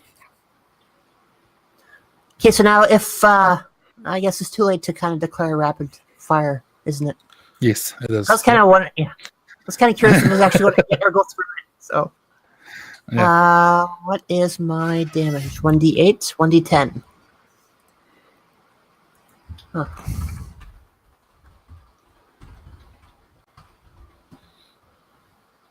Eight points of damage. Right. The arrow goes up and flies through its misty figure. It seems to have left a hole, but obviously you're not shooting at a solid being, so you haven't done particularly much damage to it. As I see that it leaves a misty hole, I turn to Lothar and I tell him to burn it with fire. Kill it. Kill it now. Next, we have Pentio. What does Pentio do? Before you say you charge it, it's quite high up in the air. You're probably going to have to shoot Hey, it. I have a bow as well. Can I use... I have a short bow. Can I use, say, Lore Master or anything to see if I know anything about it? Sure, yeah. Roll your knowledge. It'll be at -3 though. Okay. Looking for an 11. A. It's some sort of spirit, obviously. There's a few different kinds of spirits. It could be. There's a few that sort of have incorporeal forms. Your best guess, though, is that it's a lostling, which is like the spirit of someone who's been long abandoned, and they're known to be a bit sort of lonely. They're reaching out for. They're not attacking you so much as they're trying to be one with you. Aggressively love us. Yeah. Pentio like your dad will mean. Pentio will shout.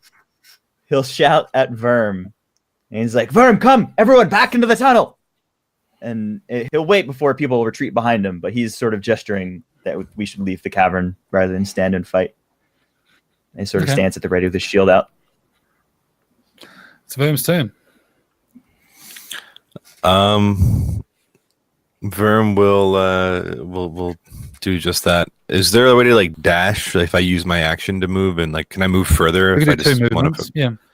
Okay, yeah, I'll do move. 2 movements then, and Vildfin will do the same, staying close to Verm. Okay. So yeah, you two run forward, and next round you'll be in line with the others. So you're still sort of out and on your own. And next we have Lothar. So I'm going to roll against my resolute. Succeed. So I take 1 temporary corruption, and I cast Bless Shield on myself and on Verm, because he's out there all alone. Okay. And then, as a free action, I'm going to pull out my mace and light it on fire. And I'm going to look at Siofin, and I'm going to say, if it's up there, I cannot hit it. I cannot burn it if it's up there. But if it comes near me, it will burn. Okay. And I'm All going right. to just Now, hold, because we're all going to, As the arrow flies up and through it, it sort of turns, and you can't see a face, but it seems to consider the rest of you down below it, whom it may not have noticed earlier, and then it sweeps down towards Siofin before flying into her. Siofin, please roll me a defense -5. Fucking hell. Okay, so since I've been screwing up my defense up until this point, my defense is my vigilance. Is it? Yep. Yeah, 6 cents with adept. Okay.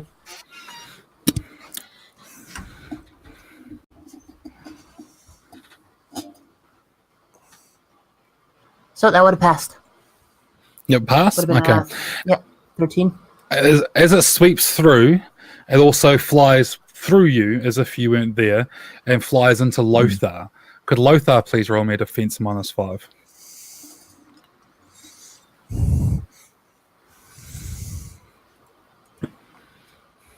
let's see. Something else is going to happen because it's flown into me. Where is defense on this sheet? Trying to get used to the new sheet. Ah, there. It's actually supposed to be 12. So, and it's at minus what? 5. So that's going to fail. Yeah, so I fail. So it hits you. You don't get to roll armor. You do get to roll for your spell, though. So the spell's armor? Yeah, but not your actual armor. Okay. 6. 5. All right.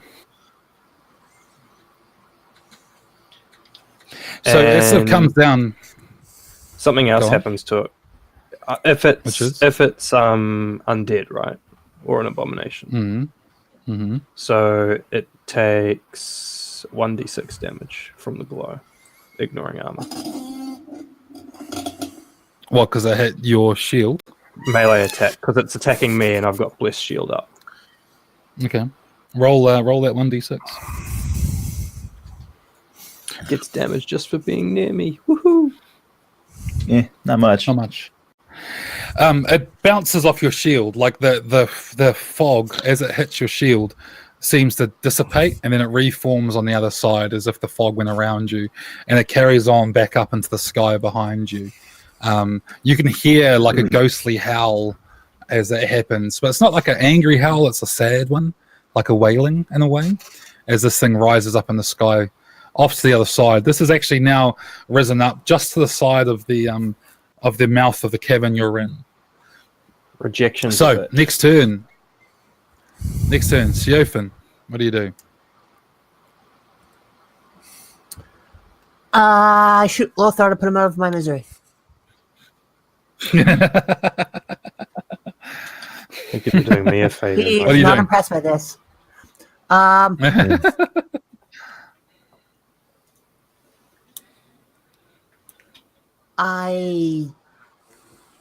don't know. I'm at a loss. So I will shoot these. You can shoot it if you want. Okay, I'm going to use my rapid fire. I'm going to take 2 shots at it. 2 shots, +3 to hit. Where's my fantasy rounds? Okay, I am doing this. Oh, yeah. Yeah. Fantastic. I hit once. Yeah, you hit it once, and then as your shot hits it, it sort of disintegrates into fog, and then it appears in front of you, and this figure reaches out and grabs you. I need you to roll me a defense at -5. Okay, let's go.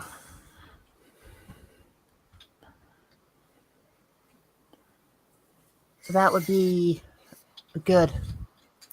That's good? Yep. Okay. Yep. Right, it reaches out and grabs you. Its arms pass through you, and then it sort of raises up into the sky above you, having not had much success. Next, we have Pentio. Pentio edges backwards a little bit, shortens shield still up in a sort of normal stance, and he shouts at Verm to hurry up, and then shouts at Siofin to stop wasting ammunition. It's a spirit.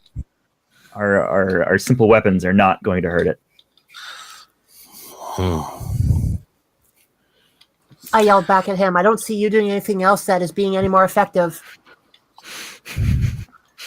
I'm not the one wasting arrows. Well, he just literally says there's nothing he can do, and then you're complaining. Verm Vildsvin? What does Verm and Vildsvin do now?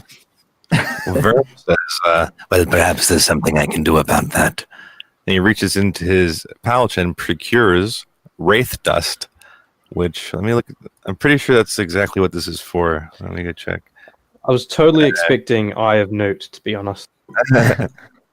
I have to make an accurate against defense. A creature is forced to take physical form for the duration of a scene if it gets hit. If hit, the spirit takes damage as a living creature would. Mm-hmm. So I'll throw my wraith dust toward this creature. What's your Which accuracy? hits. I have 9. Okay. Sorry, 9 is my accuracy. And what does this automatically does affect it, does it? Yeah, for the duration of the scene, attacks affected What's as its if defense? Because it's modified by its defense, right? Like, Yes, True. defense isn't good. Yeah, Okay. this mist sort of takes a solid form. It's still clear of color. There's no color to it, but the form is clearly that of the elf you've been seeing, hovering up in the air above you all, with a look of sadness and loneliness across her face.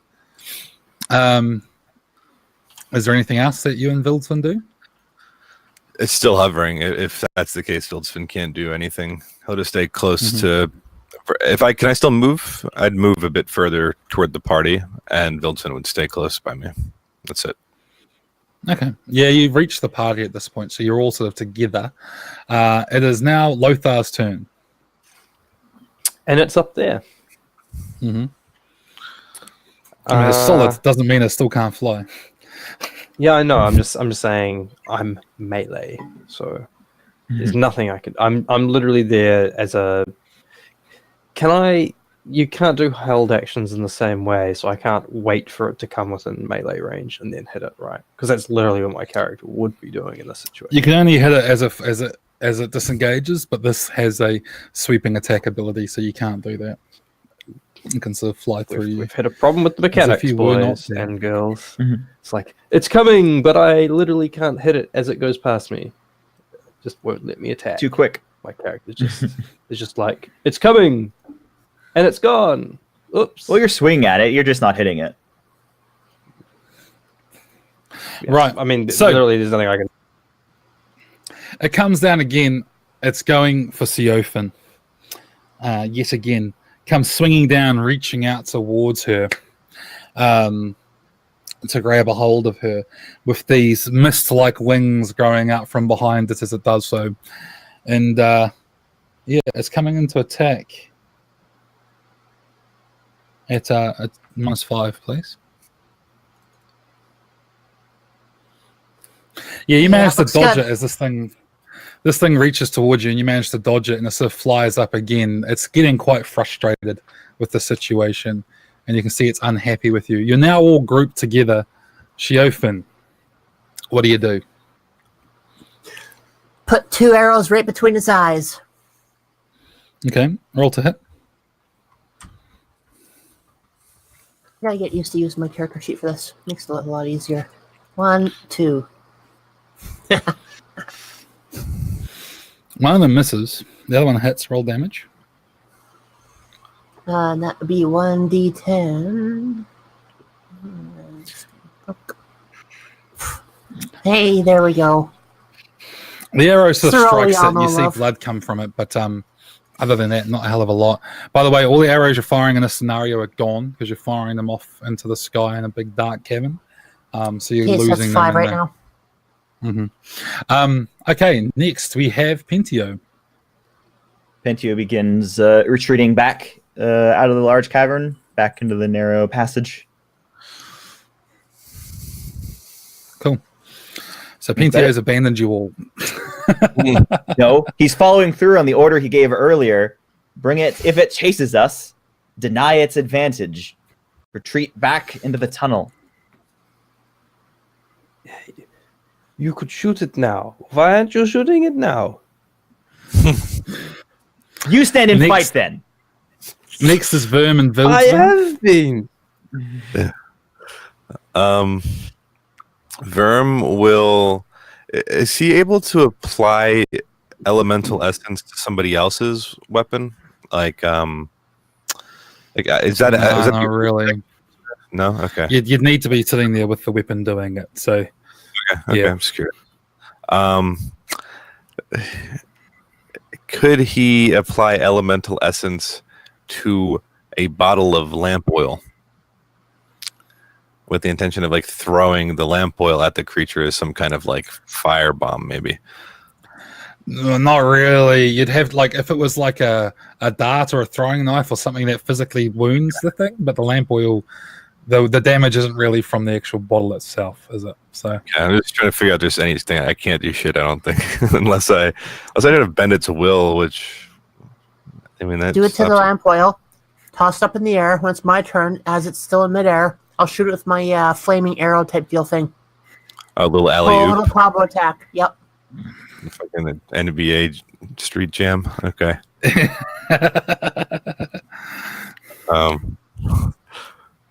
Yeah, well, that's what he was thinking of doing. He's just gonna try to throw the lamp oil against it to get oil on it, and maybe that could be ignited at some point later. That's all he can do anyway. So he's gonna just take the little jar of lamp oil and try to throw it at the spirit, because that's all he's good for right now anyway. So you're throwing the lamp oil up towards the spirit. Yeah, like a jar, trying to break the jar against it. If that works, if it doesn't, it's whatever. Okay. Yeah, that's going to be a bit hard to do. You could do it, but you'd be looking at like a negative, say, 5 to your throw, because not only do you have to hit it, you have to hit it hard enough to break it. That's fair. So there's a bit going on. Is that a success? No, my accurate's 9, so I needed a 4 or less. Yeah, it hits it. But it sort of bounces off on the ground. You hear it shatter as it hits the rocks below. So yeah, you hit it, but there's just not enough oomph behind it to break it on this fleshy being up in the sky. Now we have Lothar. And you're just going to stand out there? You're not going to fall back in the tunnel with your other action? Yeah, they would continue falling back toward Pentio. Okay. As well. I'll use my movement to fall back, but I will also pick up a rock off the ground and hiff it at the spectre. Okay. How we're ruling what that is. Be -3. And With not a lot of damage. whatever I normally use to attack, or with accurate. Yeah, accurate. Yeah, this is not going to hit.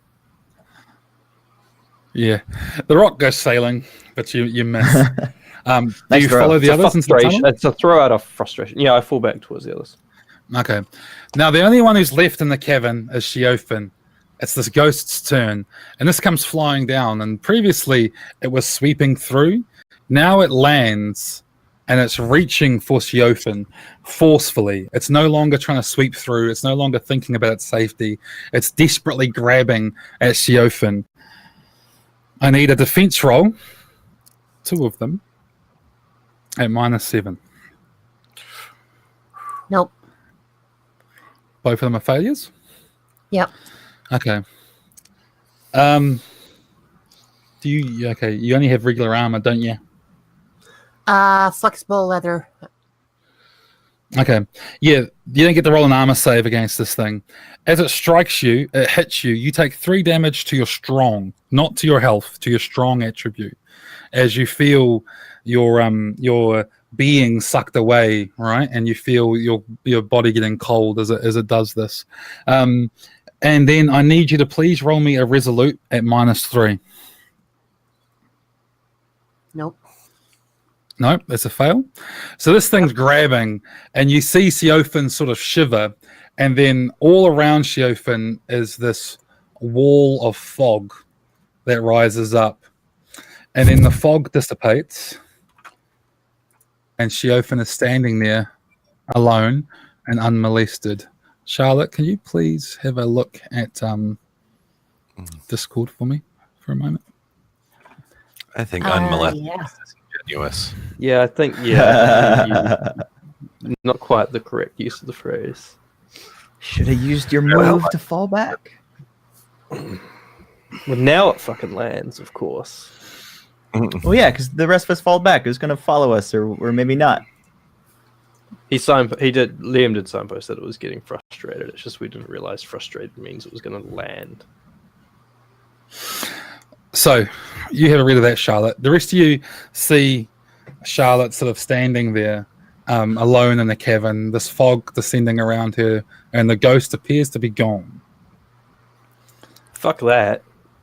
Nah, Lothar is going to go up to... Are we in initiative? Nah, initiative's over at this point. Lothar is going to go up to Sheofin and say to Verm, "Which side? I think she is possessed." I'm relatively sure. I say think because we are not doing assumptions here. Well, Sheofin, are you with us? Are you possessed? Don't ask her. Just what does your which side tell you? My She is sight no use tells to us right now. I'll find I'll use which side. It won't cause me permanent corruption. So yeah, which site? Which site though? Okay. Yeah, you look upon Sheofin and you see that her shadow is liquid red with black dots, like a crushed and jealous heart, which is thoroughly corrupt. What does Sheofin do as this is happening? How does Sheofin react to this? Just kind of shaking it off a little bit, just kind of letting the chills settle, kind of turning them back around to them and looking at them like, "Kate, let's go. What's going on?" Verm, what do you see? I see that her shadow's been tainted by corruption. Whatever that spirit was now resides within her, and it will need to be cleansed. Theoretically, though, I'm already sitting on 2 points of permanent corruption, so that would have been there to begin with. I used Witch Sight recently, and it lasts for a little while. I probably would have noticed her shadow, like the new. Yeah, no, this is heavily corrupt, thoroughly. Yeah. There's no weasel in your way out of this one, you corrupt bitch. I just want to reroll.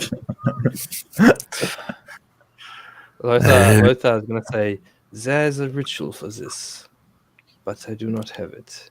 The other method is more permanent.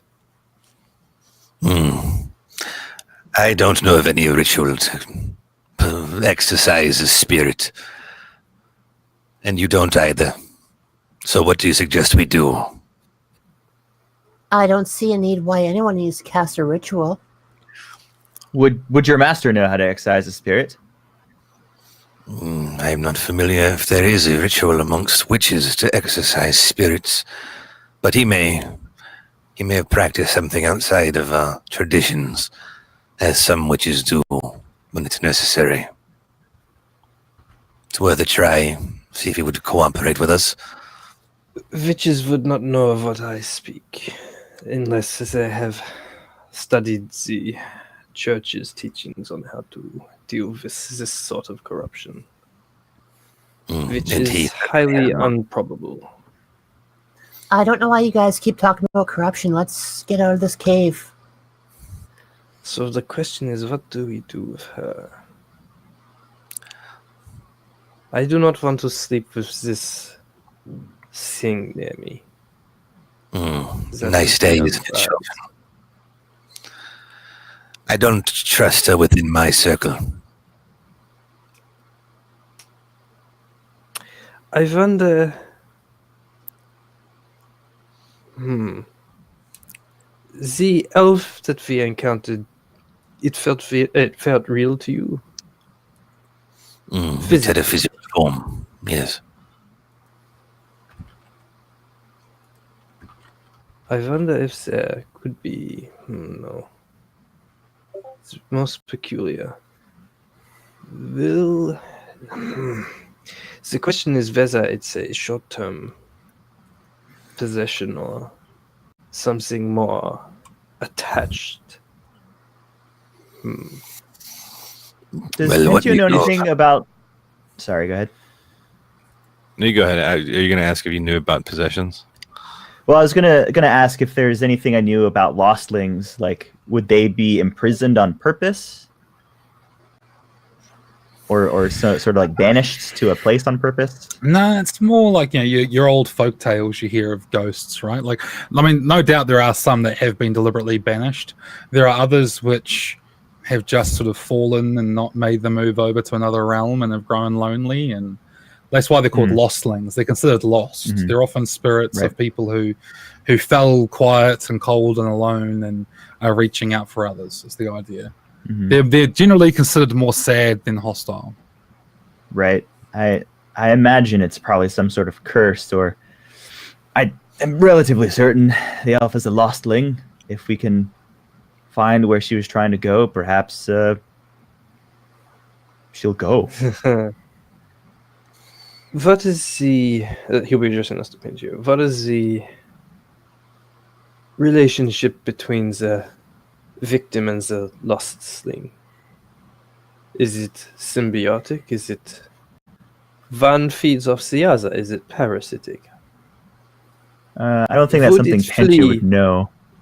Would it flee as the life was leaving the victim?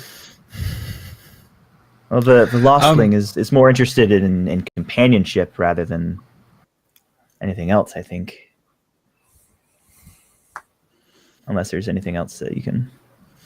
No, I mean, you wouldn't know a hell of a lot. There's lots of rumors about position in general around the place. If anything, Lothar would probably know more, being a priest, where, he'd have learned all position is bad and it's not good and it's taking over your soul. However, some position is done by spirits, some position is done by demons, evil beings, things like that. Some position is temporary, some position is everlasting. There's lots of, all of it is bad. as generally. Yeah, as the teachings of the church.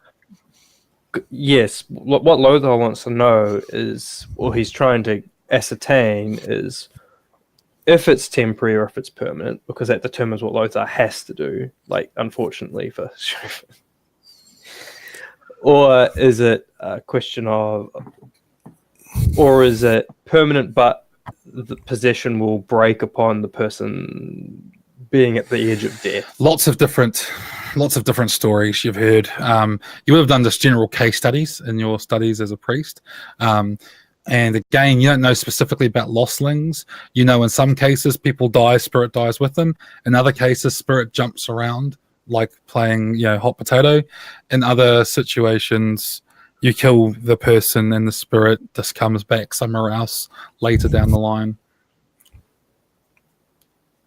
So the only foolproof method to attempt to break a spirit would be exorcism, which Lothar doesn't. Generally.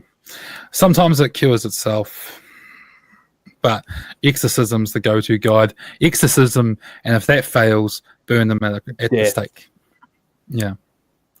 But we don't know exorcism. We could find a stake somewhere.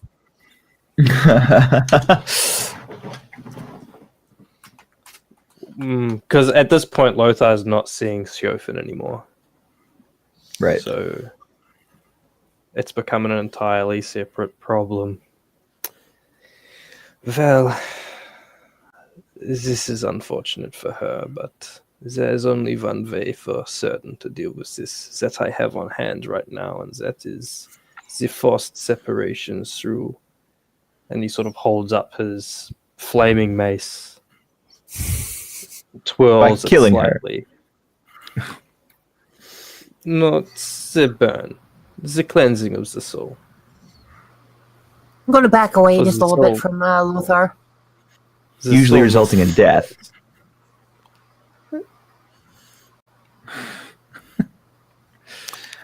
Well, that's not an option. Well, Chauvin doesn't exist anymore. She is a vessel for that corruption, that abomination. Well, if you are more competent as a priest, you could exercise her, and perhaps Clavis would know a way. Perhaps he could point us in the right direction if he does not know how to do it himself. Clavis. What would he know of such things? There's only one other thing that could happen, and that is it just miraculously is a temporary temporary possession, which Yeah. is a risk to take when you will be traveling with her. Well, it's a lostling. I think there's a chance there if we can help it find its way. If it's in there and it can hear us, then it will know that I'm Right. serious about this. So, if it wants to speak through her, then it can. Otherwise, it will be most unpleasant for it. And Lothar is just like, Chauvin, what you see is Lothar looking. He's not looking at you, he's looking through you. Like, you're there, but he's not looking at you, but he's looking like past through you, trying to see if he can coax the spirit that's within you, if it's there and it's listening, to respond in some way. I know it seems like something may have happened, but I can assure you that things aren't what they seem. Elaborate. I looked at your shadow, Chauvin. You're corrupt thoroughly.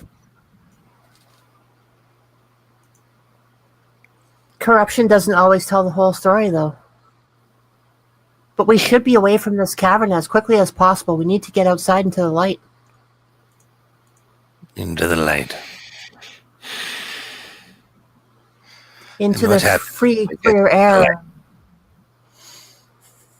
Nothing. We just get to enjoy the sunlight coming down on us. I don't want to set it free. Set what free? Oh, shut up. Problem if it is to be free. If it goes where it wants to and doesn't bother us again, doesn't matter to me. I just don't want it to grow in power. If somehow the sunlight gives it strength.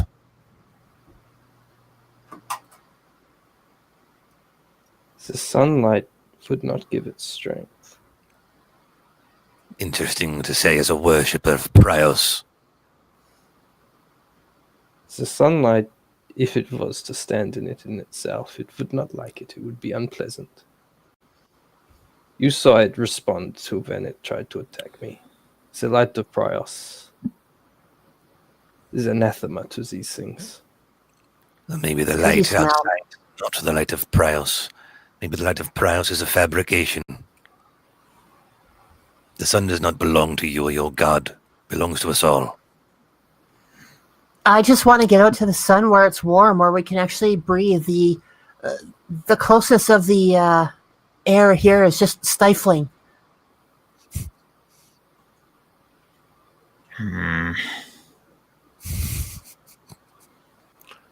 There's no misleading behind this. It's just... I don't like spirits. Pentius the least equipped to deal with spirits, so he leaves it up to the two spiritualists.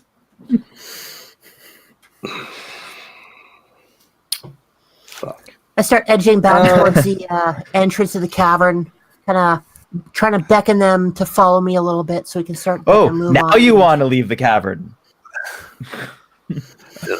How Very well convenient! stay inside. Okay, as an This is offside, you fucking left me and they're all alone. You all backed You had away the when it was opportunity my to move. turn, and You I was there elected to not stop to move. everything. No.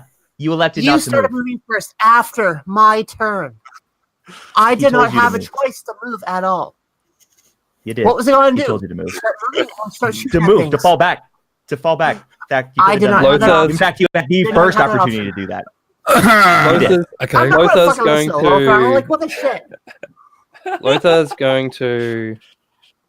Sorry, Charlotte. Lothar's going to start making prayers to Prios. And maybe Pentio recognizes the prayers as being prayers of warding, prayers... They're like funereal prayers, right? They're prayers about cleansing the spirit and the light of Prios.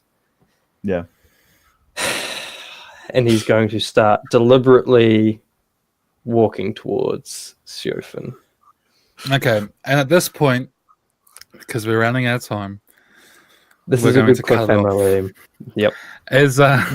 as Pentio walks forward, raising his flaming mace in the direction of Siofin, Lothar, sorry, to the flaming mace in the direction of Siofin, the glimmer of the flickering flames alights itself upon the shining eyes of little Trollkin that are watching from the shadows.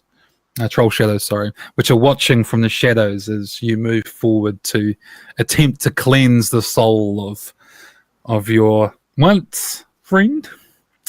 And we find out what happens next week here on Darkness and Davokar on Encounter Roleplay. That was fucking great fun, guys. I had a good time. I had a real good time. I love it when I don't need to do anything. I present a situation, and then the last 15 minutes, I haven't had to say a fucking word. It's been great. So, going through the circle, we'll hear everybody's thoughts and feelings on tonight's session and what they think is going to happen next week. So, we'll start with Ryan. What's up, buddy? Hey, man. That's fun. I don't know what we're going to do. I don't know... I don't know what Pentio's reaction will be to Lothar. You're like, well, I'm gonna purge some spirits. I don't know.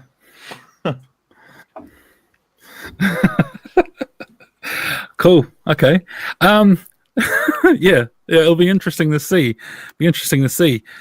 Charlotte, how did you find that? By the way, if I was you, quite word of advice, I'd roll the backup character because this doesn't look like it's going well for you.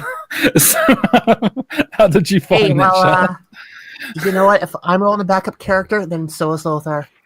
Has a hatred for all things Prios and murders Lothar immediately. That's not what a character would do. Sorry, Lothar.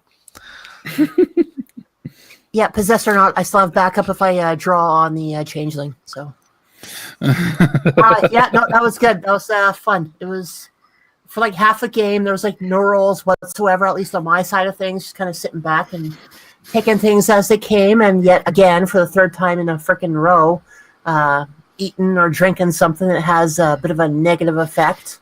That's kind of my thing now. So if there's food, I'm going to eat it. And there's going to be something wrong with it.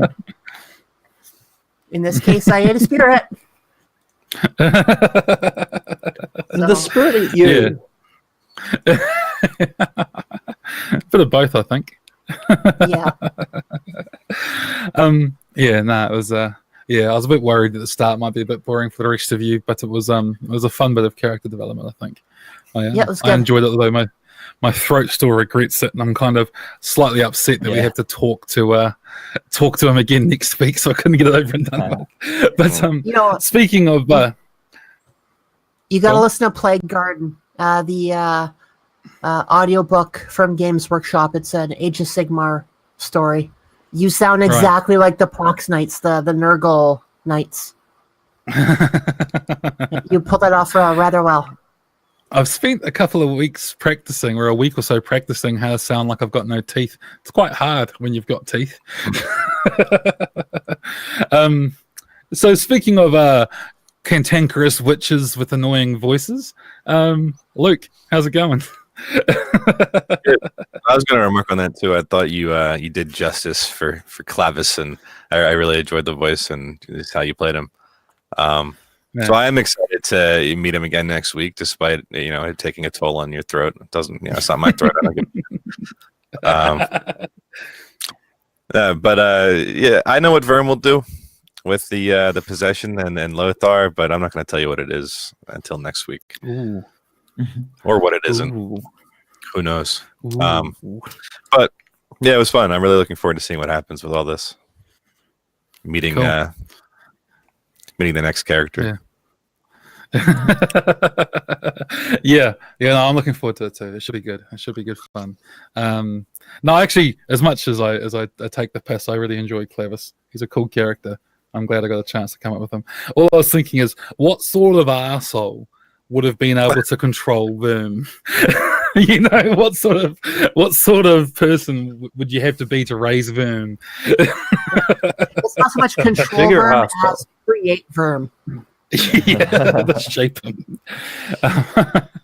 And speaking of assholes, Lothar, Sean, how are we doing?